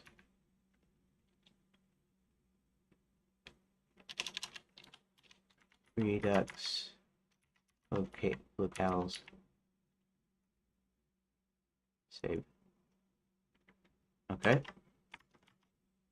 And let's go back to Grok. Okay. Hubert's walking around his home, so his location is Hubert home. Cerulean Street. John is in our realm, also called walking down the street. Lapswood, Cerulean, repeated locations. Okay.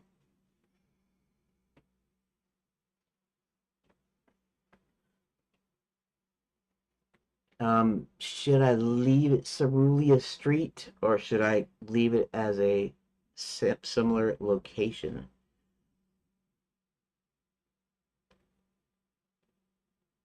Walking down the street. Okay. Lapswood. I'll have to go over these, of course. Specific context.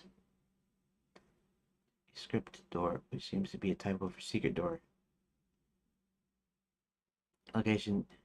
Still dwarf mines. They're still in dwarf mines. Room 7 mentions Hubert speaking to the castle, which is like a typo or crowd based on context. Location is Batson Belfry 4, as they're in Batson Belfry Hotel. Okay, added locations. Added location for lines. Okay, formatting preserved. Okay. Um,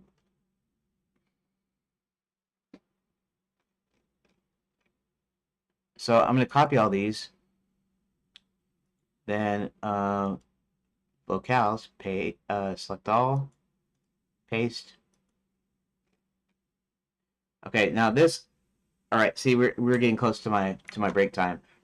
Uh, so okay, so basically what I'm going to do is I'm going to go through all these, and I'll actually name 1 and 2, right? Hubert Home. Yeah, and maybe I might call it Halfway House, and then I might have it named Cerulean Street to be Cerulean, and then to rename all the other Cerulean ones. I can actually tell it to do that. I think I'm going to do that here. Okay. So keeping everything just like it is right now. Could you make Cerulean Street become Cerulean first mention, and then renumber all of the other Cerulean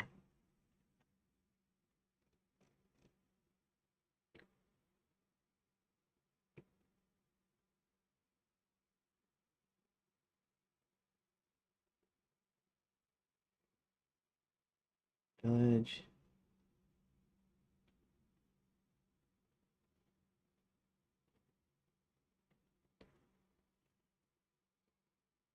Oh.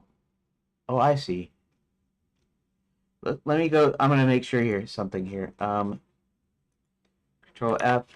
Cerulia. The street. Let's go next.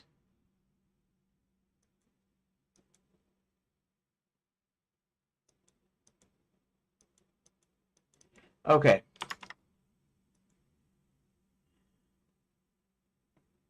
Cerulia. And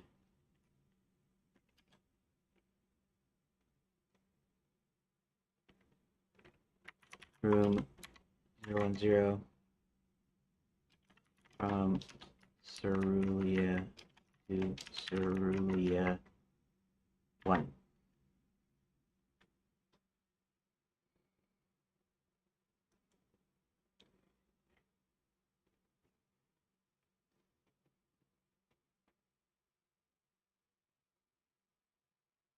Okay. This is see, okay, so now it's about time I have to take my break. All I'm going to do here is when it's just done, I'm going to check it real quick, and then I am going to save it, and then I'll come back from the break. So I'm going to technically go on my break right now. Oh, hey, Greg. Caught you around break time again. Yeah, that's okay. I mean, that's the way it happens sometimes. So I'll probably be back in about 30 minutes, about 2 o'clock my time, which is yours. Time is probably, what, 1 o'clock? Because right now it's almost 12:30 your time, I think. I think that's how you said it. You're 1 hour off, I think. Anyways, half an hour from now, I'll be back. So yeah, uh, and thanks for popping in, anyways. And if I see you on the other side of the break, thanks. And I'll continue on. Right now, all I'm really doing is just like renaming. I'm going to rename the files. I'm going to redo the JSON format that I want. And I'm going to have these locales. The ID number, the actual number, is going to be, they're going to be location numbers instead of like room numbers.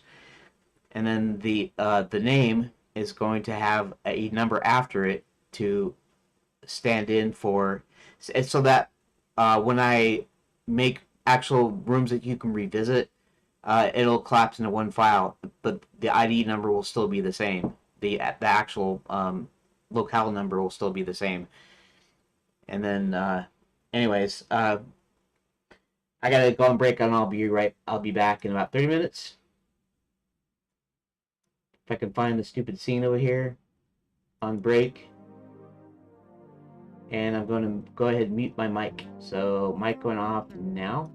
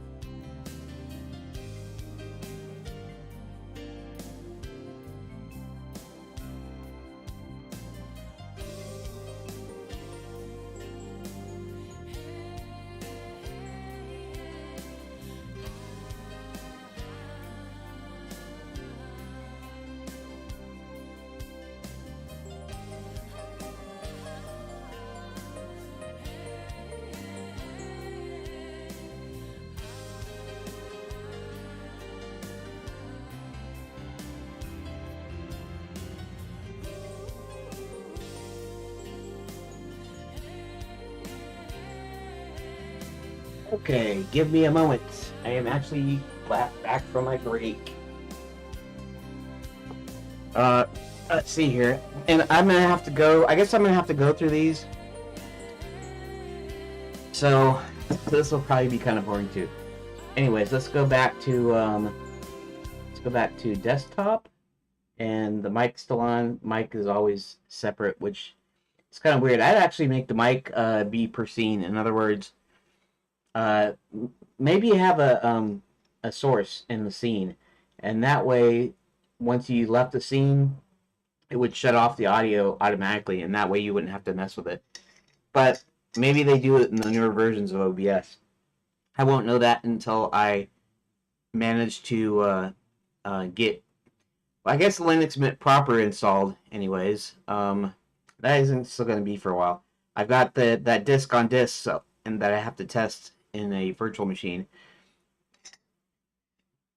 But and maybe I'll do that. I was supposed to do that last Sunday. Maybe I'll do that this coming Sunday. Anywho, so I went ahead and named these. The welcome is the name of the. It's essentially the locale, right? 001 is locale 1, right? Welcome. And then this is number 2, Enchanted Lands, because this is also kind of an introvert here. So what did I say? Introvert? Introduction. This is kind of an introduction here. So right. So these two, I mean, technically they could be on the same page. Maybe I'll do that. Maybe I'll switch them to the same page. We'll see, because I'm going to be ended up collapsing some of these later at some point. Okay, so Hubert home, he's walking around his home. That's fine. Cerulia, that's our home. That's Earth, and our realm essentially. You know, it'd be limited to our planet basically, but it's not the planet Earth technically. It's just you know, it's walking into our realm anyways. And he's at a store, and that's fine. Caves of Dragonmount. Chester Friendly Dragon lands at the entrance of caves. Okay. Sky. As Chester is flying around, he sees a random village being burned down by a friend. Okay, that's one. Chester flies right into the other dragon hard enough to make him stop, or the other guy flies back to his own cave. Because technically that's correct. Sky is fine, but it's toward a random village. Maybe I'll just leave it as Sky. I can leave it as Sky. It doesn't have to be the same locale, I guess. We'll see. So yeah, Chester Cave, that's fine. Train cabin.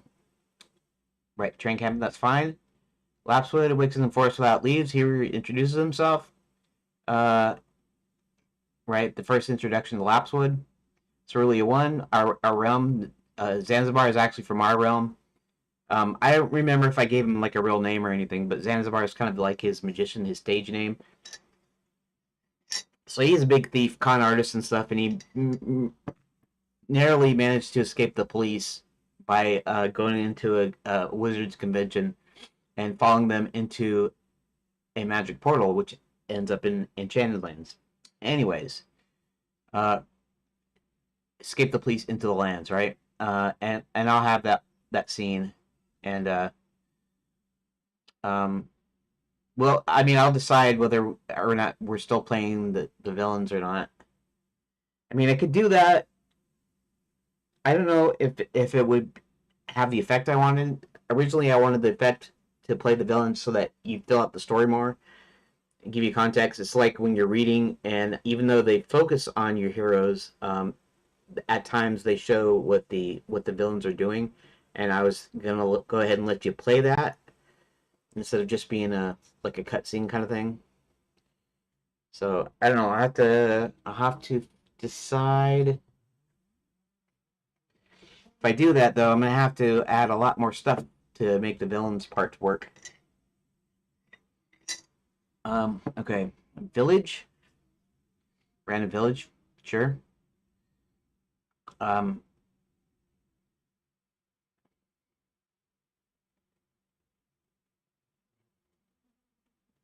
I'll look at the other village ones, and we'll see if let's see, Lapswood Edge. Once they're out of the confines of Lapswood, it stops to give instructions.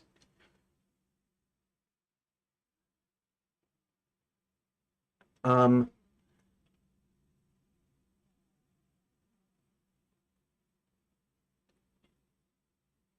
oh, let's see. Actually, Grok told me which ones were.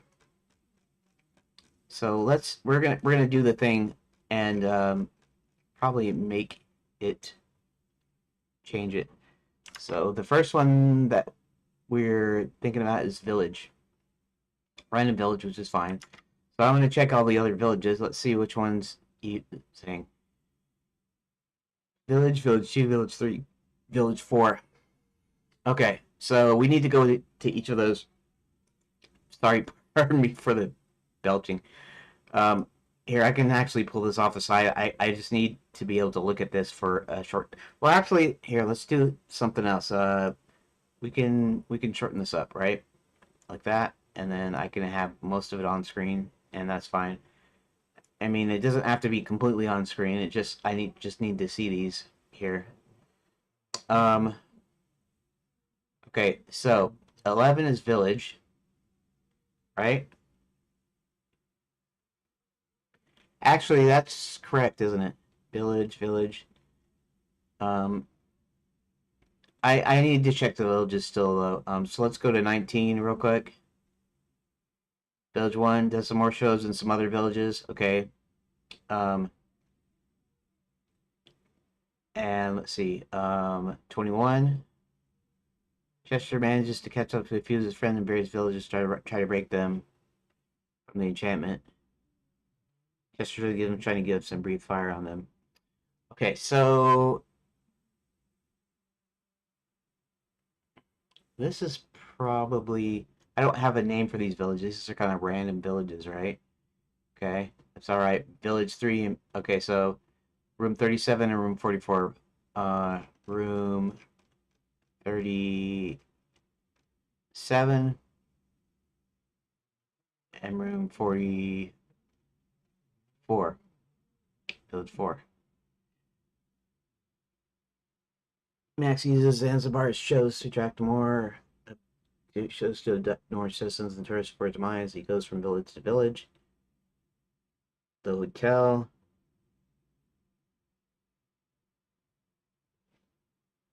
Let's see, Grand and Channelanian. Okay.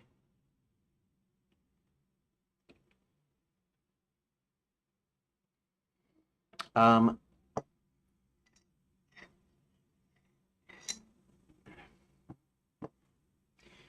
Maybe I should put random villages wherever there's village. It should be random villages. I mean, it's not something that okay. You know what? I'll go ahead and do like a replace. I think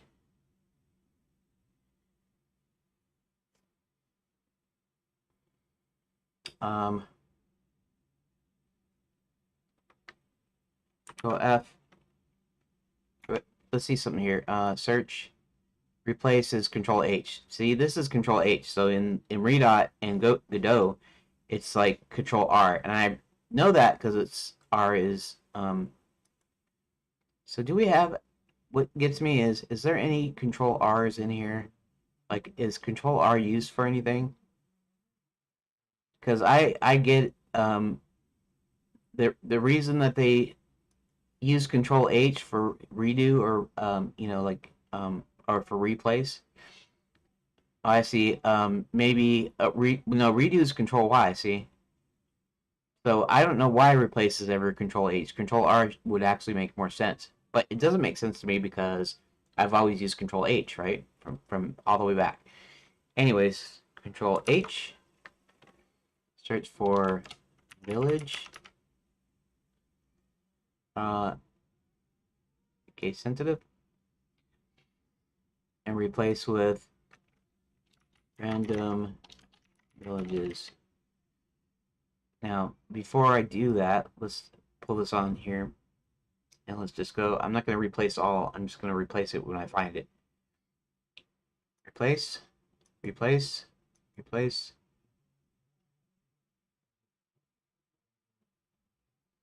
Nope. Next. Next. Place. Oh, I could have did. Where is it? Word. Okay. Let's go all the way back. Next. Next.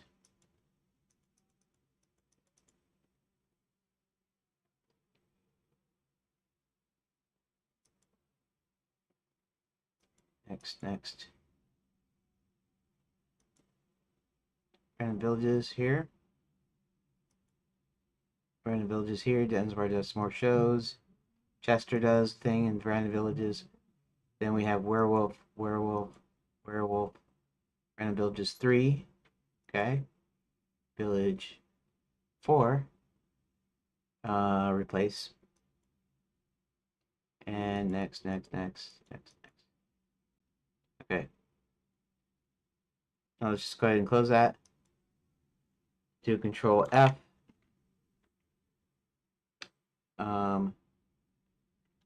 Random village. All right. Next. 1, 2. Random 2. Random 3. Random 4. And we have approximately 5 of them. That's okay. Okay.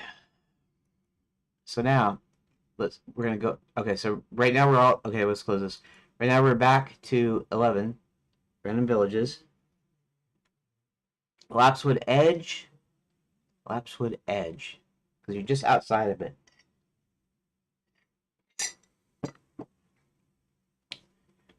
I can go with that. That's all right. Dwarf Mines entrance.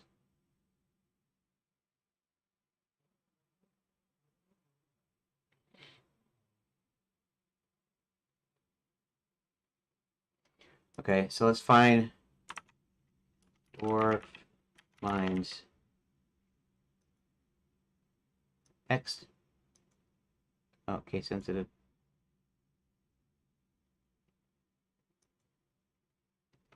Dwarf Mines. 1. Dwarf Mines entrance. Mines 1. What we're gonna say is instead of entrance. So I'm just gonna basically kind of correct. So Dwarf Mines, I know it's the entrance, but it's still the location. It's the Dwarf Mines. So Dwarf Mines, make this Dwarf Mines 1. Next, Dwarf Mines 2. Okay.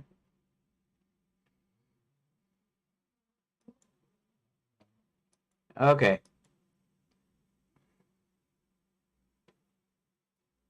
Approaches the entrance. Okay, night school entrance. At the night school entrance. Okay. So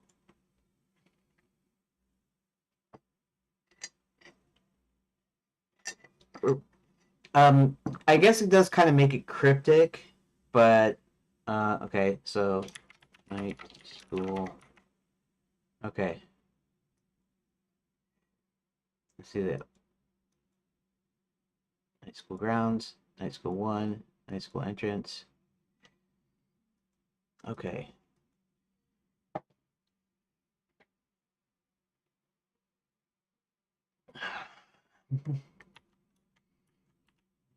And actually, it means I can reduce the number of locations too, quite a bit. Well, that's not true because you're gonna have different screens at night school, so you're probably gonna have different. You might have different locations. You know, I haven't thought about that. The only thing is about the villages. Okay, Cerulean 1. Cerulean and Cerulean 1 are 2 different locations. Night school entrance, night school. Okay, so this is just like in the grounds. It doesn't have a specific daily. Okay, night school grounds. That's also in the grounds. Uh,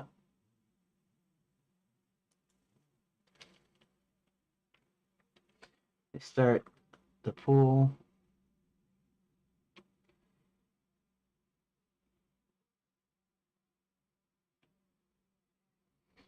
Um, it does say within the grounds. I'm going to rename it to pool.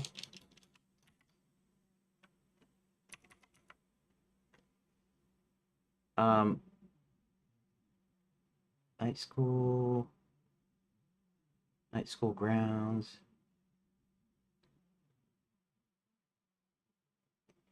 This doesn't have a specific location other than being night school. Night school pool is a specific, and even though it says grounds in both of them, they have this thing at the pool, right? They're at the reflecting pool. The statue of the night is actually near the pool too. So I'm just gonna leave that. Let's go to the next then. Actually, most of the stuff that Grok's been doing here, that's been pretty good. I like this. I'll probably keep this like this. Night School 1. Wait a minute. John and William at night school. Okay, that's all right. It's just generic. Right now, and maybe later it'll change. Uh, night school entrance, night school pool. Okay.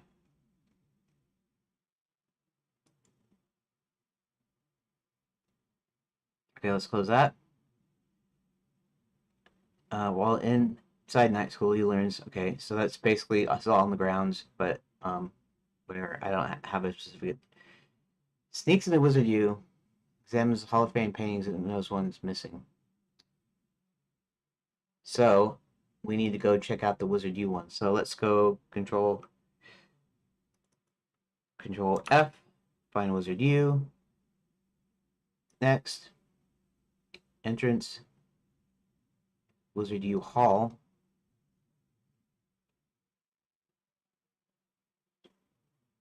Okay. Wizard U Library. Okay. Wizard U 1.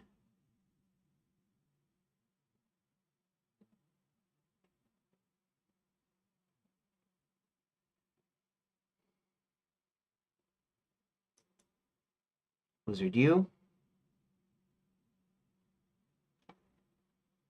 See, technically, this could be Wizard U Hall because it's the Hall of Fames.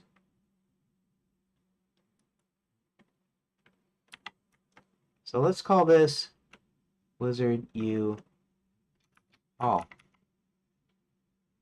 Next, entrance. Previous.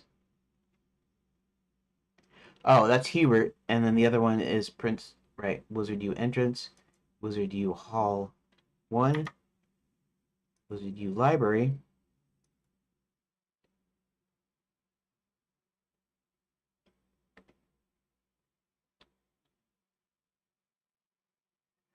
Okay, that's fine. That's fine. Next. Okay. Night School Pool, which is the one I just did. Princess Prep. That's fine. Okay, let's find Princess Prep. Back to Princess Prep. She's no the door. We can actually call this Princess Prep door. Let's go next.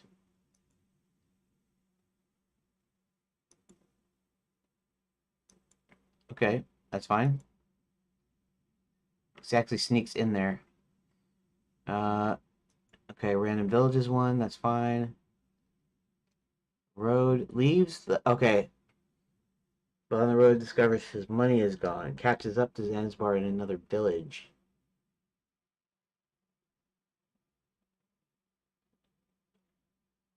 So it's got to be random villages.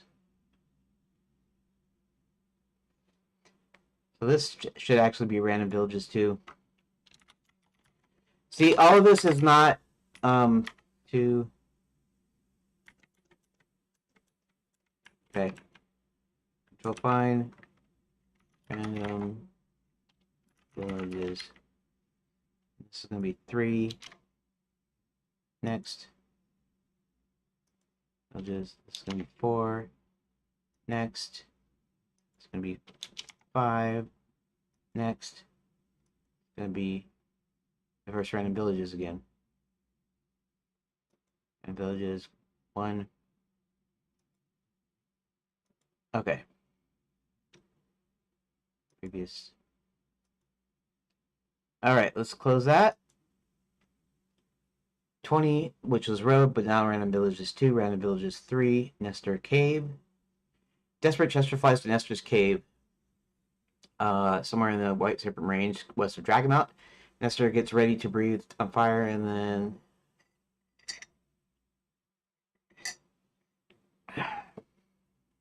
Chester speaks to him, and they kind of have a conversation. I'm not really sure what I'm going to do for that, but we'll see. Wizard U entrance, walks up the door to Wizard University. Wizard U Hall 1. Okay. Wizard U Library. Okay. Dwarf Mines 1. Fairy God College. Peeks in one of the windows. Fairy God College tells his old friend Hubert Violet is back. Control fine. Fairy God College. Next. Kurt then takes Red's Riding Hood back to Violet at Fairy God College. Violet agrees. Okay, that's fine. Kurt returns to Violet at Fairy God College. That's correct.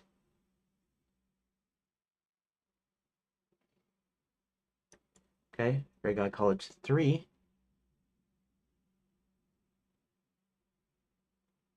Okay.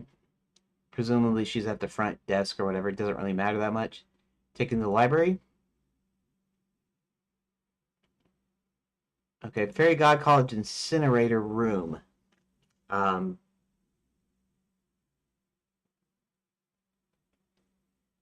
want to make that Fairy God College 4. Incinerator Room is kind of long. It's kind of explanatory.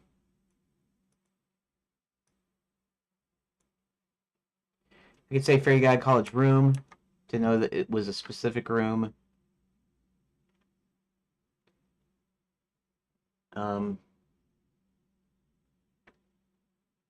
let's just make this 4, I guess. Yeah, let's make it 4. Next. Library 1.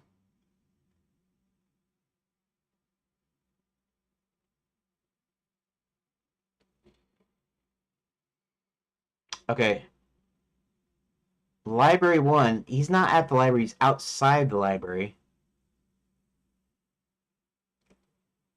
Fairy God College 4. Let's make this Fairy God College 5. 4. Now let's make this 6. Next. Okay. That's good. We're good with that. Gnome Kingdom. Control. Yeah, let's do this. F. Gnome Kingdom. Next. In the Gnome Kingdom.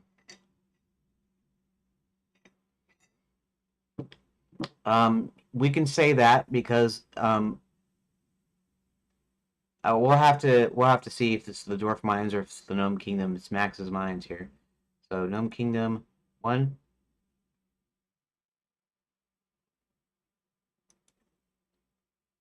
In the Gnome Kingdom, Roland knows all kinds of people work in the mines. Okay, that's correct. Control fine. Scarborough Fairy Chicken. Next. Scarborough Fairy Chicken. Roland walks to the only Scarborough Fairy Chicken. rendezvous. Chicken 1. Let's go over to chicken 2. That's correct. Okay. Wizard U. I think we already looked at Wizard U, right? Yeah. That's right. Grand Enchanted Landian. Let's do... Okay, let's look at Grand Enchanted Landian first. That's a location. The wine cellar can technically be a separate location. Control, fine. I might leave that as wine cellar, even though I didn't the incinerator room. I don't know. Part of it was because it was too long or something. Maybe I'll change that back to incinerator room. I don't know. Wine cellar. Uh, well, you know. Yeah. Let's go. Okay, let's go all the way back up here. Next, wine cellar. Okay. After getting out of the hotel's dumbwaiter, princess searches for a way. Yeah. See, she goes down a hall.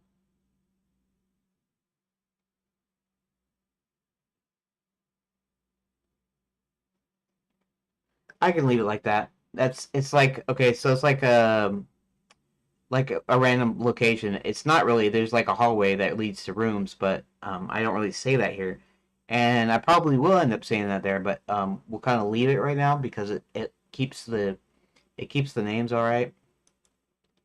Grand Channel side door. Go to this. Arrive at the side door of the guards. They go into the kitchen. Wine cellar 1. They inside the wine cellar. That's fine. Kitchen 1. They're back in the kitchen. Hotel room. I finally found a stash in the hotel room in the Grand Channel Landing and take it. Okay, that's fine. Next. Next. The Black Knight rides up to the landing on his black charger.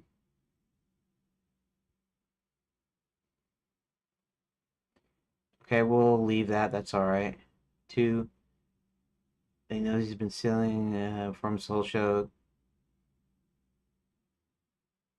Okay, even though I don't say it here, the location. You know what? The locations are subject to change. I think is how I'm gonna do it. So.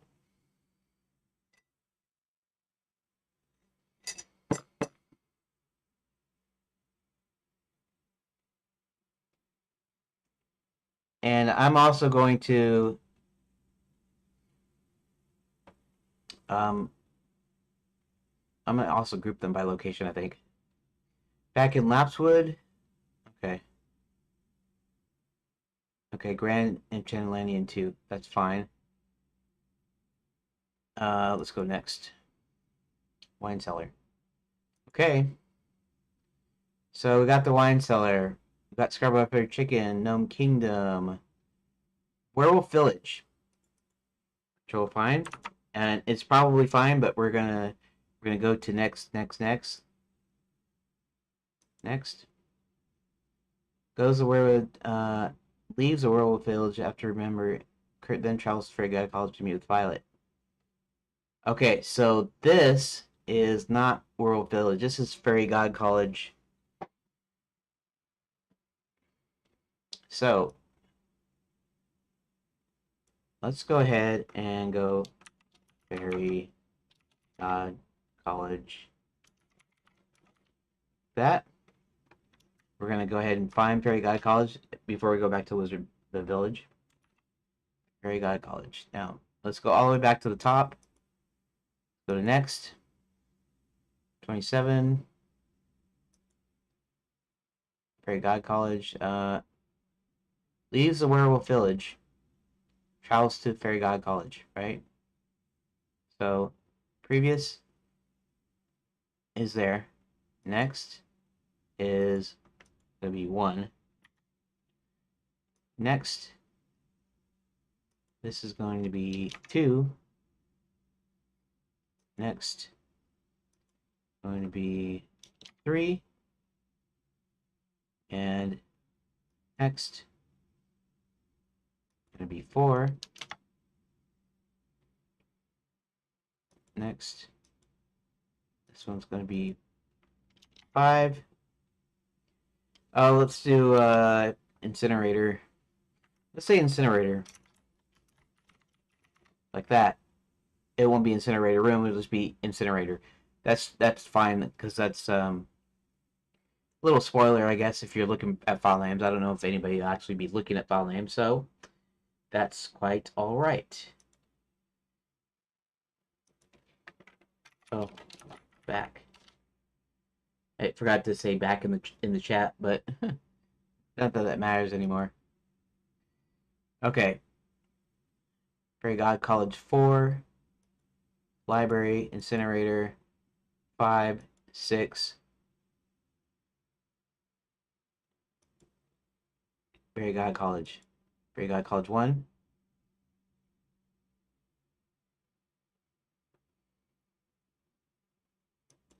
Fairy God College 2, 3, 4.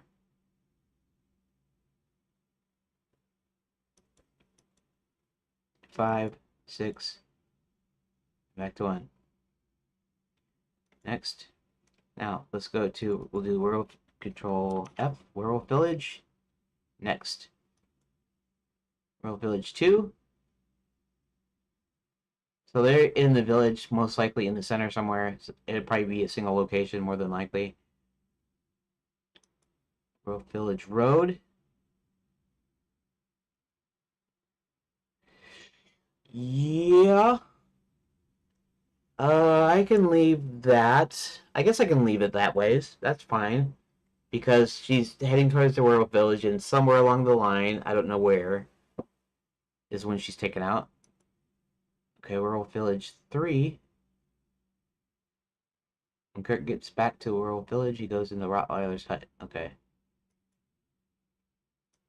Or, previous. At the village, Kurt disposes of Rottweiler, most of his followers. Okay. Next. Yeah, some of these werewolf villages, one is in... Actually, you know what? Let's do something here. Previous goes in the hut. Hut.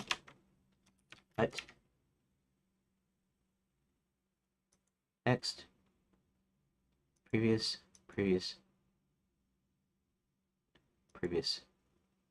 See, right, Werewolf Village 2. Previous. Doggone it. Hut. Werewolf Village 3. Next. Village 4. Next. Werewolf Village Original.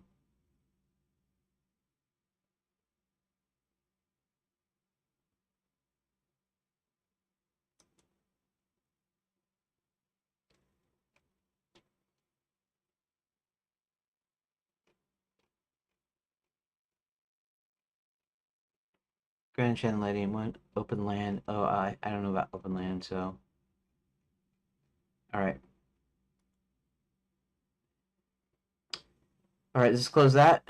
Fairy God College 1, right? We already did that. Random Villages 4, that's fine. Mines. Okay, so this is technically in the Gnome Kingdom. I could say Max's Mines.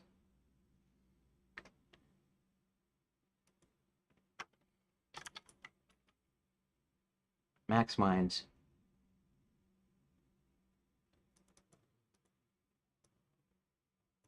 Control F. Find Mines. Next. Mines. It goes back to Max Mines to tell him the news. Okay, that's alright. Hebert sends Roland and John into the mines. Here tells her where they're gonna have to head to the castle. Hebert then proceeds. Right, they're still at the bats in the belfry, right? And they're going to go to free the slaves, right? Okay, that's actually correct. In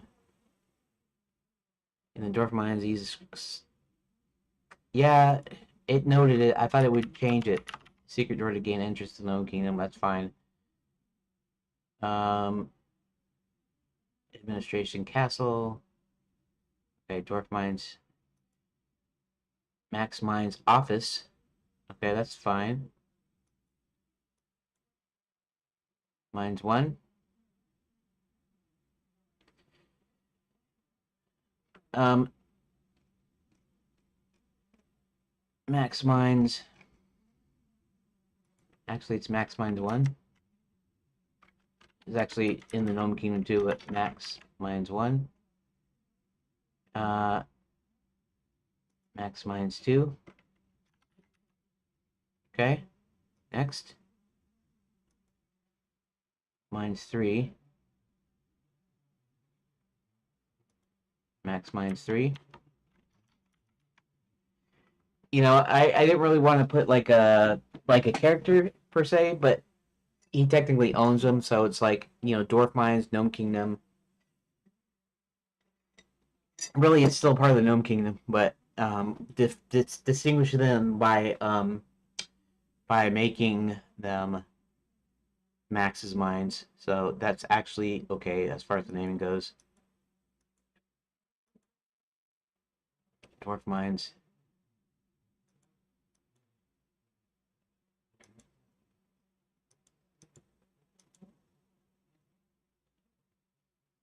Okay, so let's go. Let's check out. Okay, so let's check out Max Mines. Okay, let's go to do Max Mines. Nope. Okay, Max Mines is the first one. Max Mines Office. Max Mines 1. Max Mines 2. Max Mines 3. Max Mines. Okay. Grand Chandelier, Side Door Kitchen. Wine Cellar 1. Kitchen 1. Hotel Room.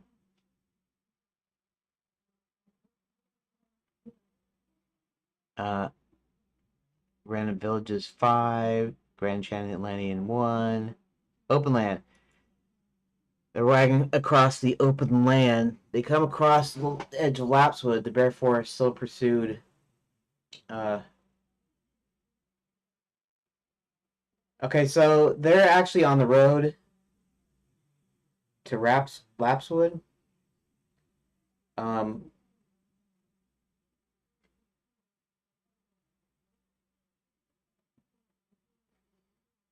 let's see here. Okay, so let's go ahead and look for Lapswood first, and then I'll go to back to open land. Control find. Okay, let's start at the top. Okay, let's find next. No, let's not do it that ways. Up here. There we go. Find next. So we can find the worst one. Okay, Lapswood. Okay, that's the very first one. Lapswood Edge.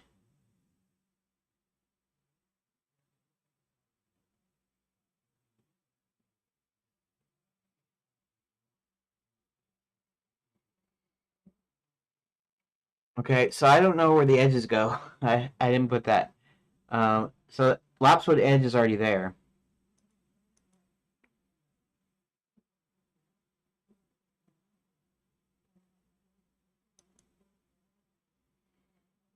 Open land. Lapswood Edge 1. That. Next. Lapswood 1. Bear Forest. They're within Lapswood. Okay. Lapswood 2. Right. Lapswood 3. Middle of Lapswood was Regarb. Okay, so they're traveling to the. Okay. Circumscribes last way and comes to the road leaving the forest. Black Lion looked in the direction of the Bats of Belfry and sees a flying unicorn. Okay. Right. Lapswood Road. Lapswood.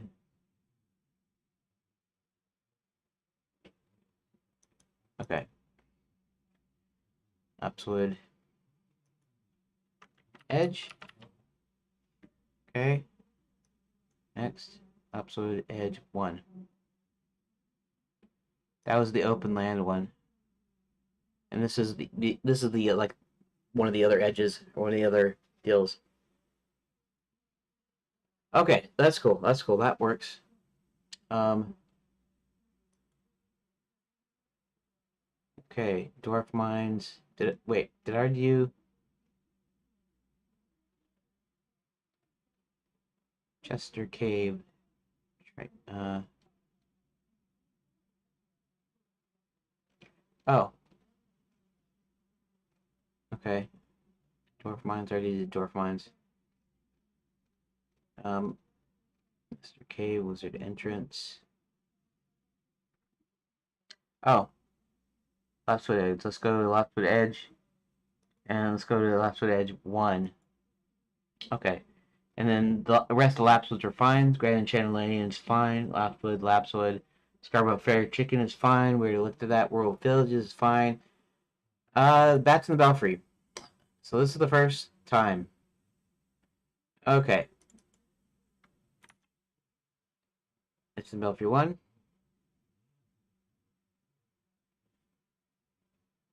He then proceeds to cast a spell on Sir William. I'll leave it like that. It might be something like outside. Like he's gonna do this outside. He's gonna do it inside, but it's still at the hotel. Previous. Bats in the Belfry.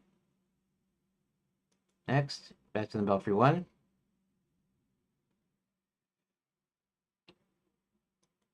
Bats in the Belfry 2. Okay. Bats in the Belfry lobby.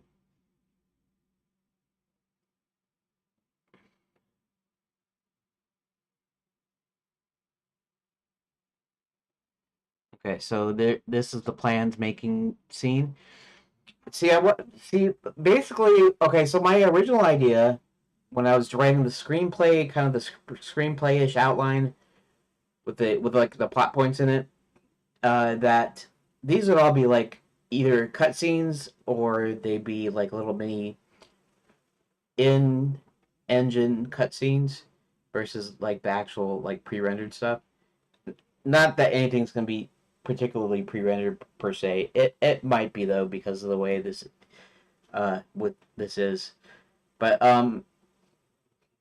so that would be 93 times that these aren't like interactive spots. So I'm gonna have to decide. It's like, okay, so they're in the lobby and they're making plans. Well, there's nothing that any of the characters do except for the Count hiding in the handbag, right? So it's not like it's a thing like you have a choice between doing this and doing something else, you know? At least at this point. So this would technically be a cutscene. So I might have to end up taking all of these, and all of these might have to be non-interactive, and then I have to add the interactivity to them. That means there's going to be a lot more rooms to interact with. So we'll see. Anyways, the lobby, they're in the lobby, that's fine. Goes in the books to bring Carrot out.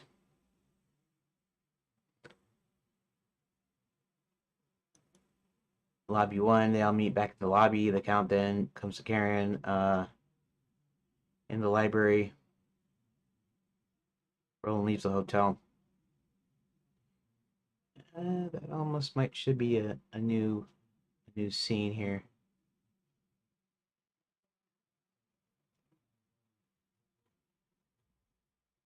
So we are gonna relabel these. We're gonna actually have all these renumbered because then they're gonna be location numbers. But these are gonna be the names, and so they each have a unique name. And then when we actually have rooms that we can go back to, then the locations will collapse down into, whatever. Sometimes they might expand into something. Like I might have things where there's a different room or something. Um, anyways, Bats in the Belfry lobby. Back at the Bats lobby.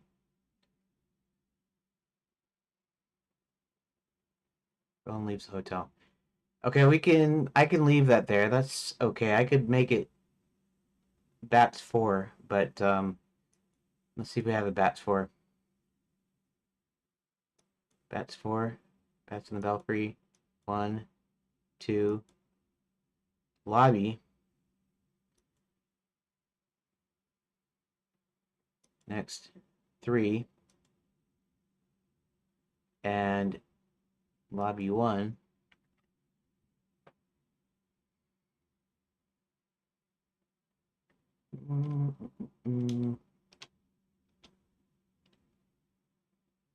Four.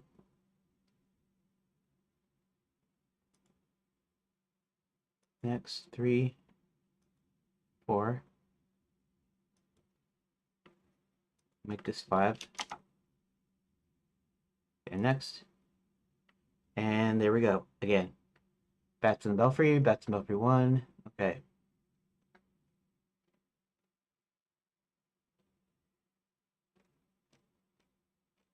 Okay, let's go to Nestor Cave.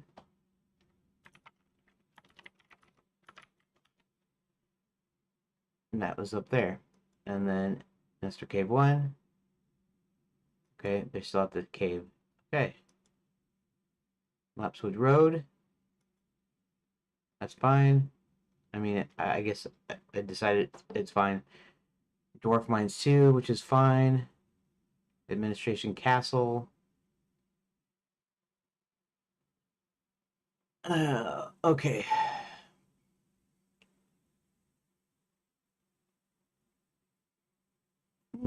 I guess I can Castle West Terrace.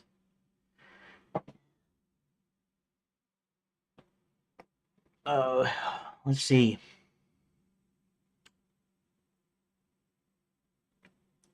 Let's find Castle. Let's find Castle. Okay, Administration Castle. Because he actually goes to the gate. He has the Omni gate powered on, so he's actually going to the location. Uh, Sir William lands on the west side of the west side terrace of the castle and lets Hubert off. Okay.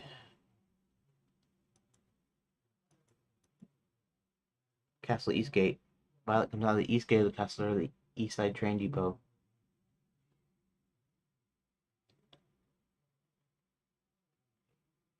West side, east side.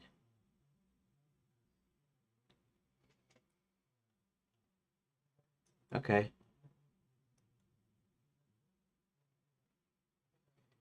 Okay, let's go previous Castle East Gate, previous.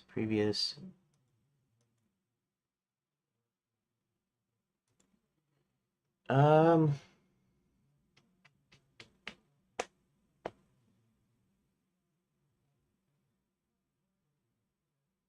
be the North Terrace, South Terrace.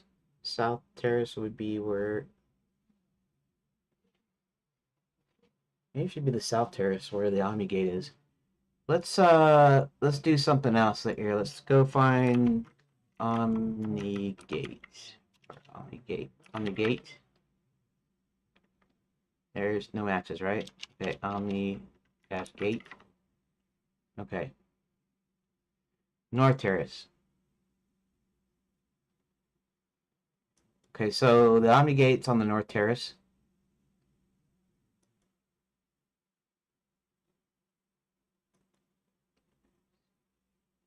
Uh,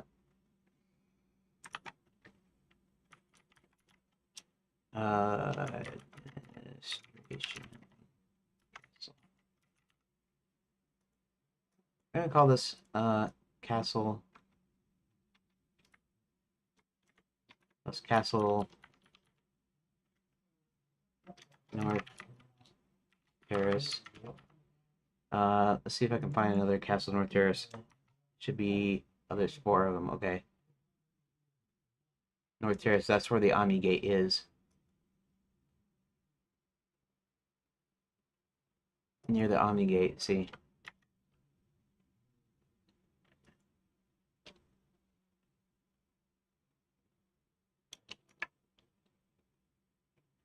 Okay.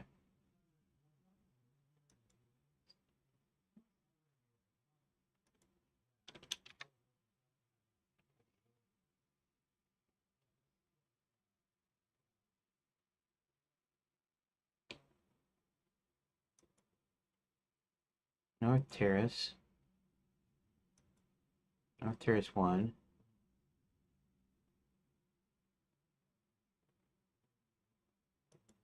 2.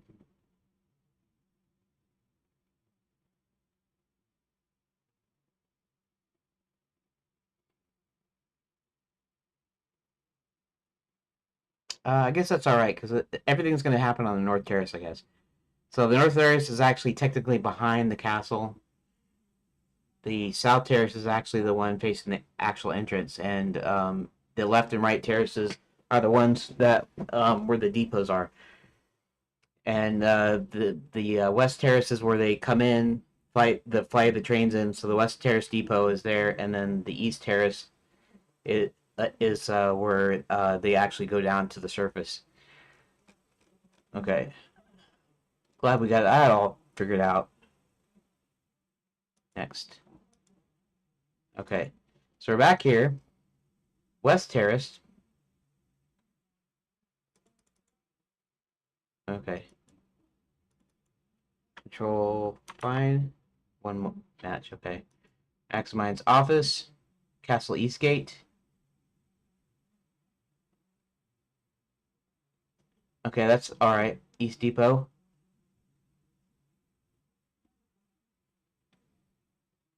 Okay, that's fine. Sky 1. Cerulean is flying. Black Knight.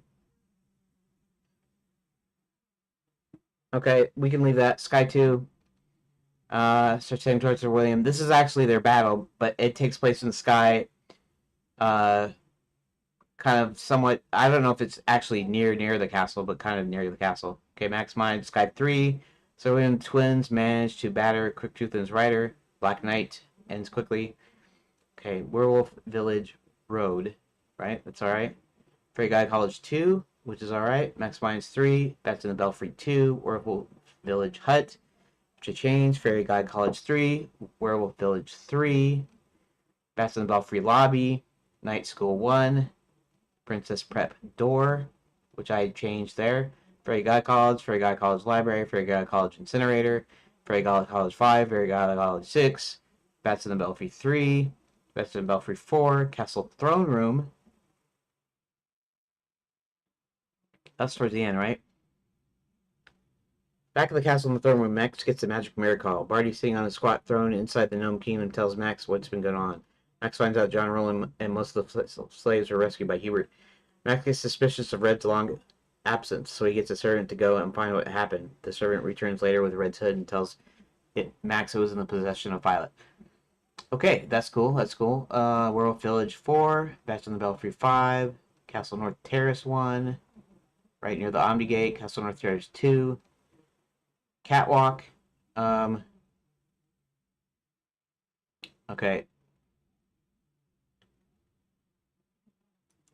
We're going to say Castle North Terrace Catwalk, like that. Castle North Terrace 3, 92 Battle, Castle North. What? Oh.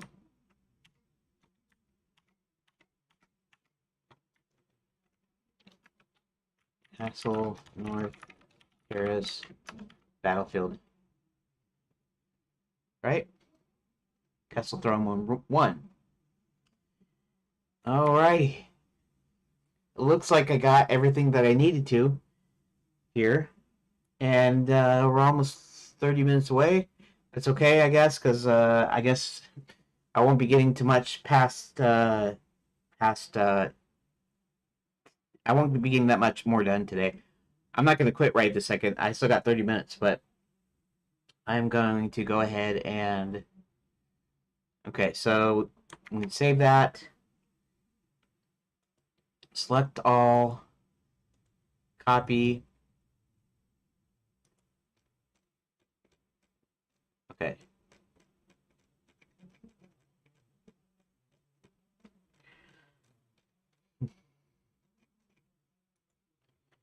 I made some manual changes.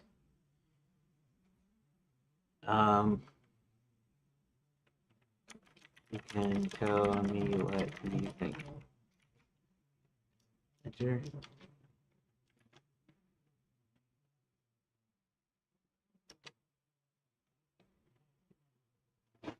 Okay, let's see if it tells me what it thinks. And while it's doing that, let me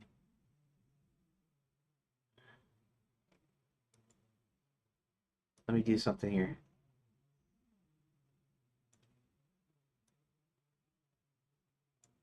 See if anything else sticks out.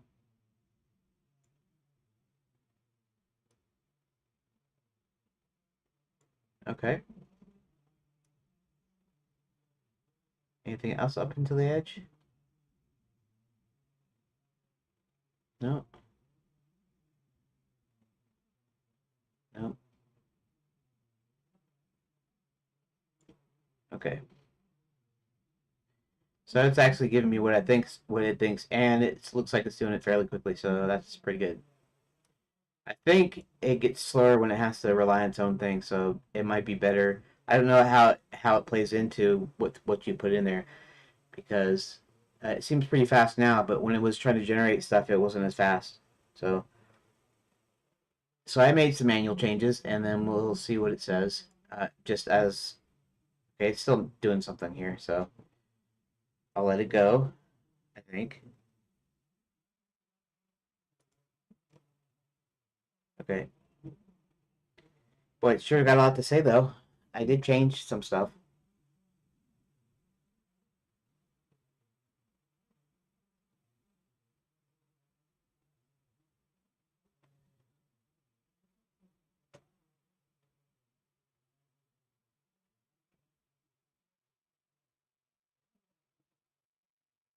Boy,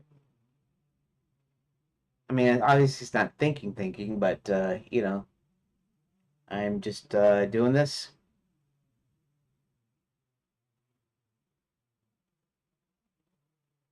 I might not get anything at all else done today, but we'll see. Actually, what I'm going to tell it to do is,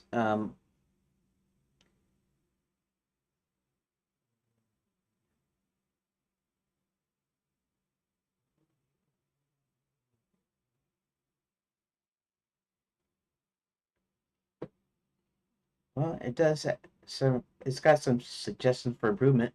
I mean, that's kind of what I'm using this for. So maybe have some good suggestions. I have to wait till it's done though.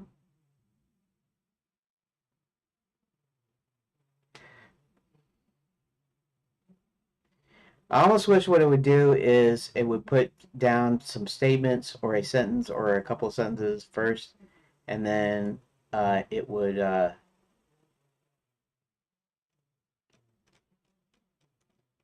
Gosh, that's long.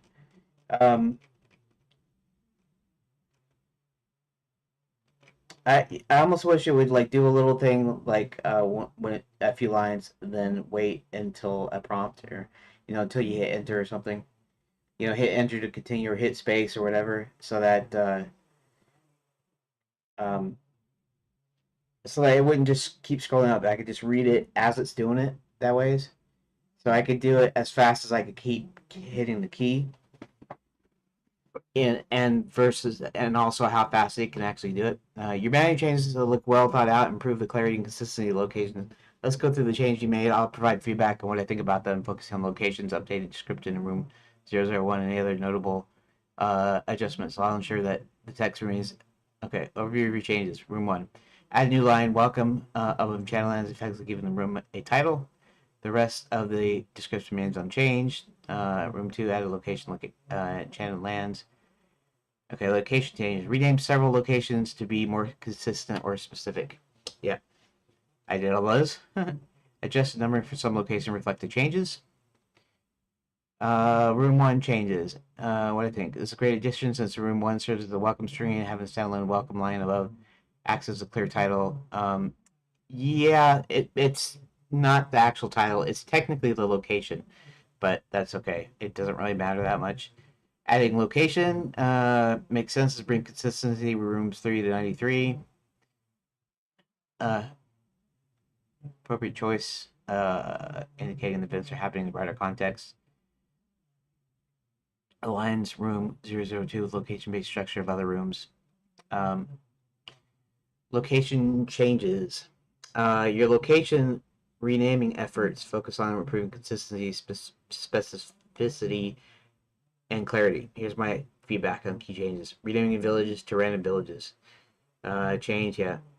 This is a smart change. The original descriptions for these, some random village, room 11, some other villages, room 19, negate. These are generic unspecified villages within Enchanted Lands. Using random villages capture the generic more nature more explicitly than village and avoids confusion with more specific villages like location, world, villages. Remains consistent with the role of appending numbers for repeated locations. Makes locations more descriptive and avoids ambiguity. Helps differentiate these generic villages from other specific village contexts like the World Village series. True. Rename Wizard U to Wizard U Hall. This is a good adjustment for specificity. Room 60 mentions Hubert sneaking into Wizard U and examining the Hall of Fame painting, so Wizard U Hall more precisely reflects the specific area within Wizard U where the action takes place. It also aligns with the naming of other Wizard U locations, entrance, library. Impacts change improves clarity. Here we're making okay. Renaming Night School grounds, Night School pool. Excellent change for precision. The description mentions the pool in front of the statue where the unicorn sees a reflection, so directly reflects the specific area within the night school. Was night school grounds is more generic and didn't capture the focus of the pool, which is a key element of the theme. Impact makes the location more specific, relevant to the action. Okay, that's what I thought too. Renaming Fairy God College Incinerator Room to Incinerator Reasonable Simplification was a bit verbose, and shortening it maintains clarity while making it more concise. Improves readability without losing specificity. Specificity. Specificity. Specificity. Specificity. Can you say that? Specificity? Renaming Werewolf Village 3 from Room 72 to Werewolf Village Hut. Great change for specificity. Mentions her going into the hut to grab the totem, so precisely indicates the specific location where the action occurs. Original Werewolf Village 3 was less descriptive, didn't highlight the focus on the hut. To make the location more specific to the action. Okay. Focus on the hut rather than just numbering it. Okay, adjusting Werewolf Village numbering. Makes sense given the room 72 Werewolf Village hut originally not distinct numbering sequence shift down by 1, keeps it consistent, remains accurate. Renaming Dwarf Mines to and Mines to Dwarf Mines and Max Mines. Max Mines. For Dwarf Mines, keeping Dwarf Mines as is, adjusting Dwarf Mines 1 and Dwarf Mines 2 to be consistent with the numbering rule over now 3 distinct instances of Dwarf Mines.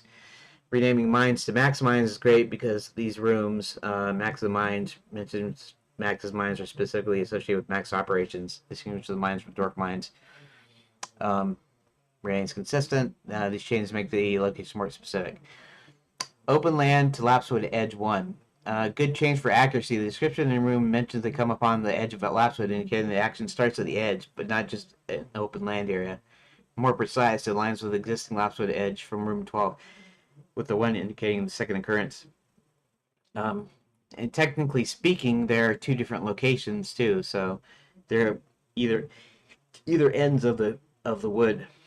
Improves specificity of the location, means consistency. Okay. Rename Catwalk to Castle North Terrace Catwalk and Battlefield to Castle North Terrace Battlefield. Reflects the catwalk as part of the North Terrace area, as the previous room mentioned Max chasing on the catwalk, but then ties in the location, the battlefield area, right, Castle Terrace numbering. This fixes the numbering inconsistency and maintains integrity. Okay. Renaming Frigate College's instances. Um, adjust the numbering specifically. Renumbering is consistent with the changes to other locations. You've kept specific, which is good clarity. Sequence correctly reflects repeated appearances. Overall feedback. Consistency, specificity. Specificity. It's still hard for me to say specificity. You try it. Specificity. Your changes significantly improve the consistency and specificity of the locations. Renaming generic locations like village to random villages, mines to max mines avoids ambiguity, makes context clear. Specifying areas within larger locations enhances the granularity of the locations, which are helpful for the game development, especially if you're using these locations for navigation, scene transitions, or rendering. The numbering. The adjustments to numbering are accurate. Follow the rule of pinning numbers, repeated locations, welcome screen. Yeah, 90, room 2, location, ASCII only, changes, suggest for further improvement. Very solid, but here are a few optional suggestions to consider.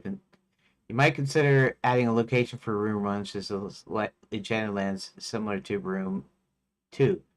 Since the welcome screen is introducing Enchanted Lands, this would make the list completely uniform, as all rooms would then have a location. However, if you prefer to keep, I mean, I could do that, I guess, and Enchanted Lands and Enchanted Lands 1, I could do that. It's not a title, so, and I don't think I'll tell it either. Let's make this Enchanted Lands. I'll make this Enchanted Lands 1. There. Because this is still kind of part of the intro, I think. Room 20 locations. Current location, random village 2.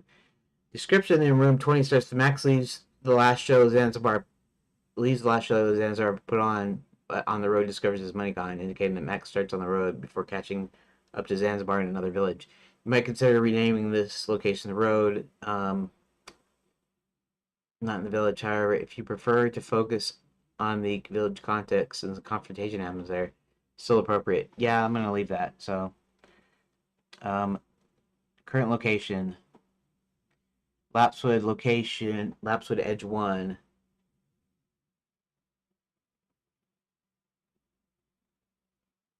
Consider renaming the location to Open Land or Open Land was used in the previous version to reflect the starting point of the action. However, Lapswood Edge 1 is still, if you want to emphasize destination area. I could say something like, well, it's not across the road, right? It's across an open land.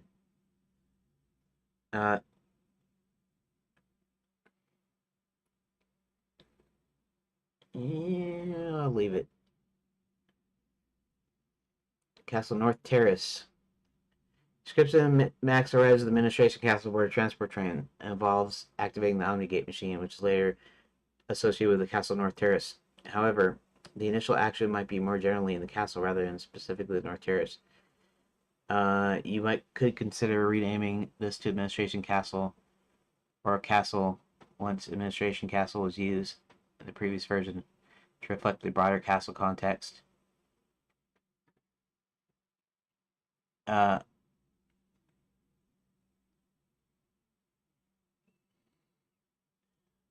thoughts. Your manual change is excellent. Okay, so I'm going to eat almost everything.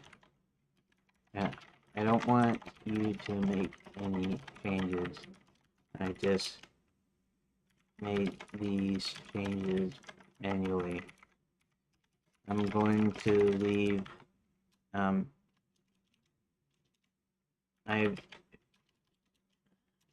Welcome was not an actual title as it was already in the description text.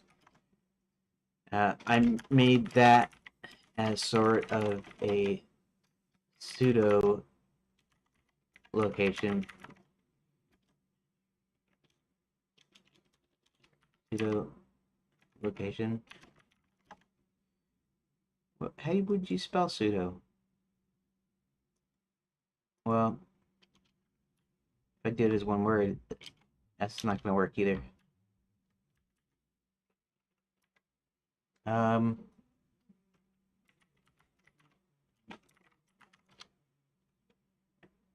PSEUDO.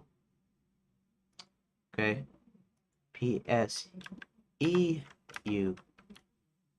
pseudo location.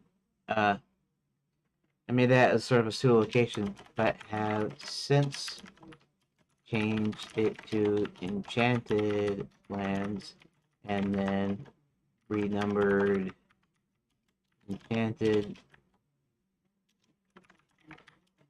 lands number 2 to enchanted lands. But you don't need to do anything. I'm just telling you. I'm just letting you know. Okay.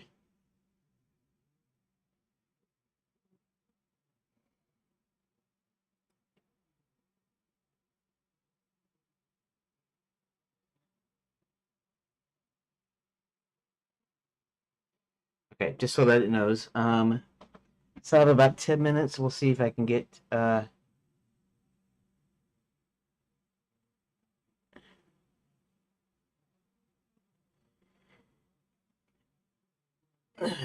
here's how I understand.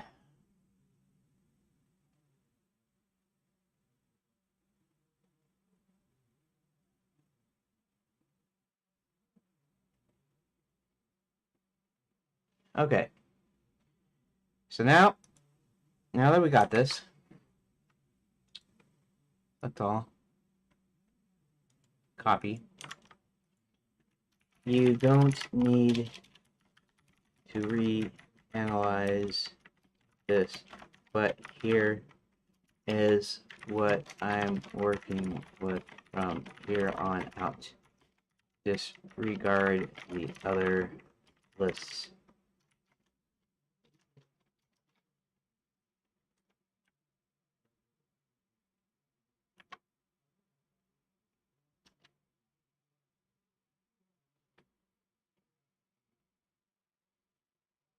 I like the definitive version to work with from moving forward. No changes made. Okay, great. Let's see if there's something I can do in this 10 minutes so that I can at least get the most out of this. Okay, so here is the thing.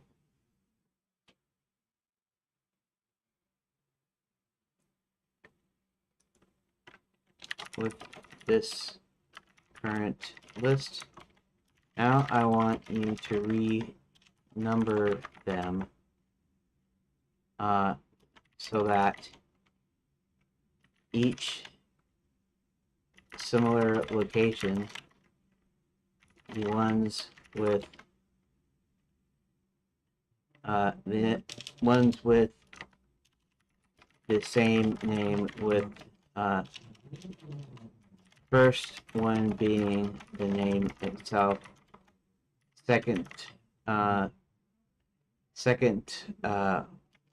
onward being numbered to the same number. For instance,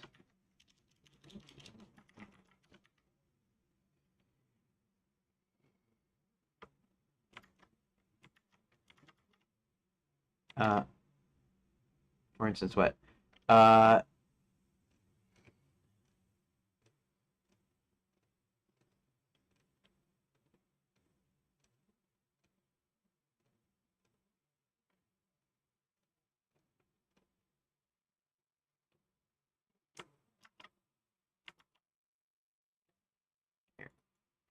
Control, okay.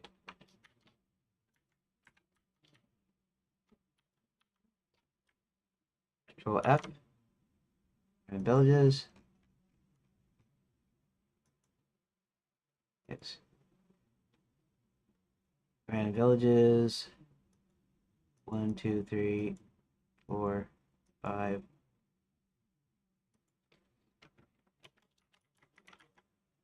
Oh.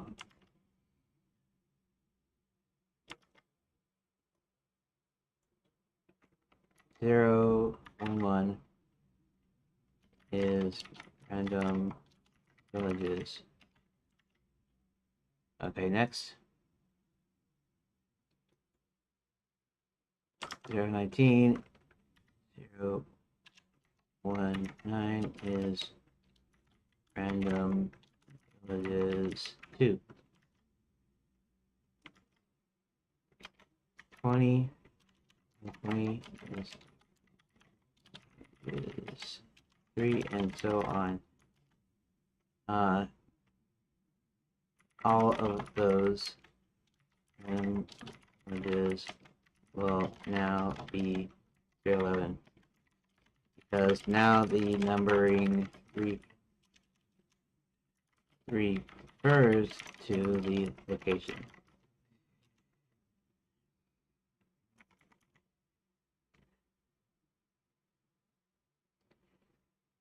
So you don't need to change the suffix numbers, i.e. 1, 2, 3, etc.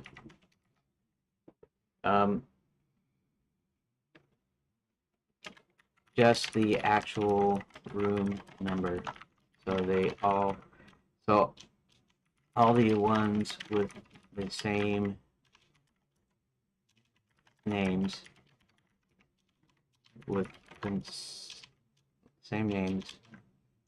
have the same number. Another example.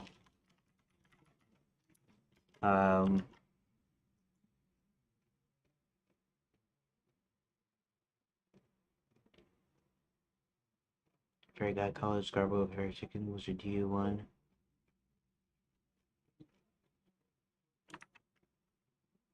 Wizard U.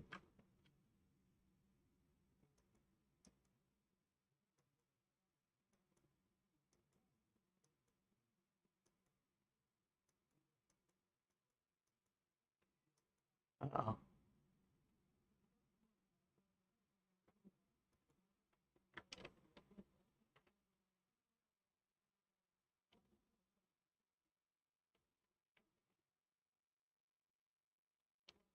Chase into a forest. Uh-oh. Wizard. Okay.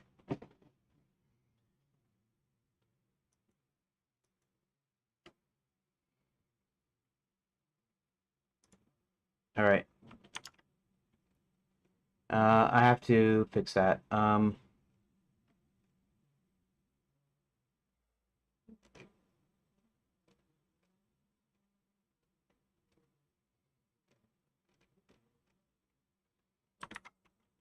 Werewolf Village.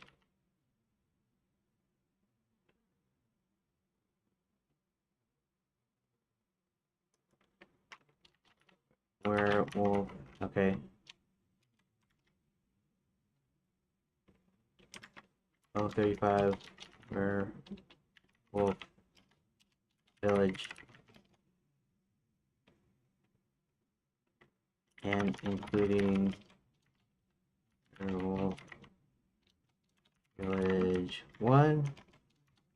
Werewolf 2, and so on, will all carry the 035 designation. Does that make sense?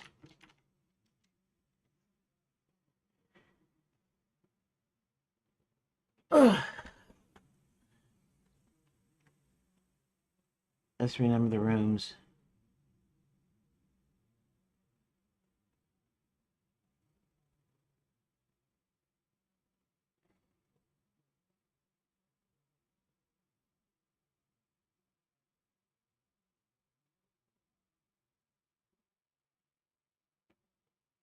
Right.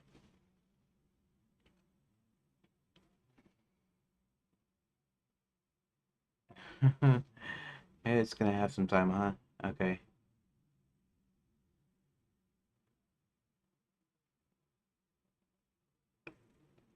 Wait a second, let me see something here. Before I do anything. Oh, that's right. 1, 1, 3, 4, 5, 6, 6, 6. Oh, and it's actually putting them in order. That's okay, I guess. I was gonna do that afterwards. I was gonna tell it not to do it in numbered order, but that's no, I can't do it that way. So I gotta. Oh dang. Um, stop.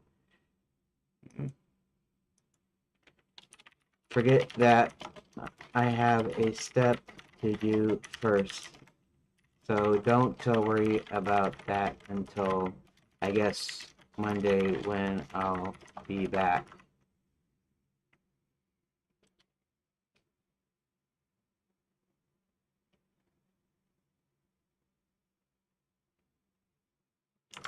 Okay, so because I want the destinations to go to the destinations before I have them renumbered because you won't know where what goes to what until you do that.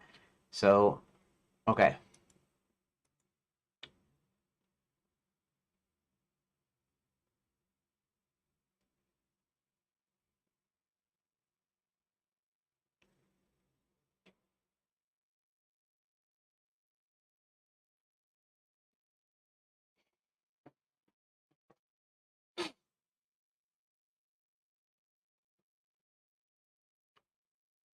okay. So let's okay, man, wizard U one. No, wizard U. Oh, wizard entrance. Wizard U library. Wizard previous. Leaves the spots black knight starts running.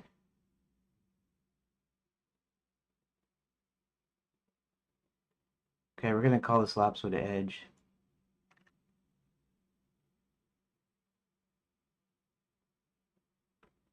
Okay, so 30 laps with edges. We'll go to 30. Laps wood edge. Okay, next. Okay, previous. Okay, let's go to 30. Actually, I should have just changed it, but laps wood edge. Previous edge. Next, absolutely add 1. This should be actually be 2. Next, edge. Edge 1, edge 2. Okay. That's alright. Alright, I guess I have to leave it like that. That will be I'll have to leave it for next time. Alright. Next time. Okay, so I guess a good day's work. I mean, it wasn't that much technically done, kind of. I mean, it was and it wasn't, but you know, it just means going slowly. Anyways, I want to thank you all for watching, and I guess I will see you. I'll probably see you tomorrow. Do editing these clips together, and to get another update out.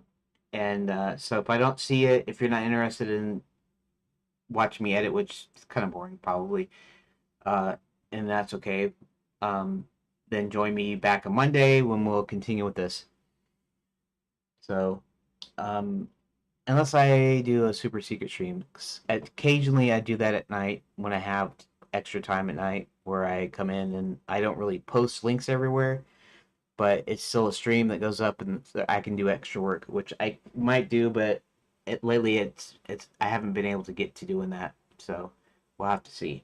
Anyways, thank you for watching, and I'll see you either tomorrow or Monday. Thank you for watching.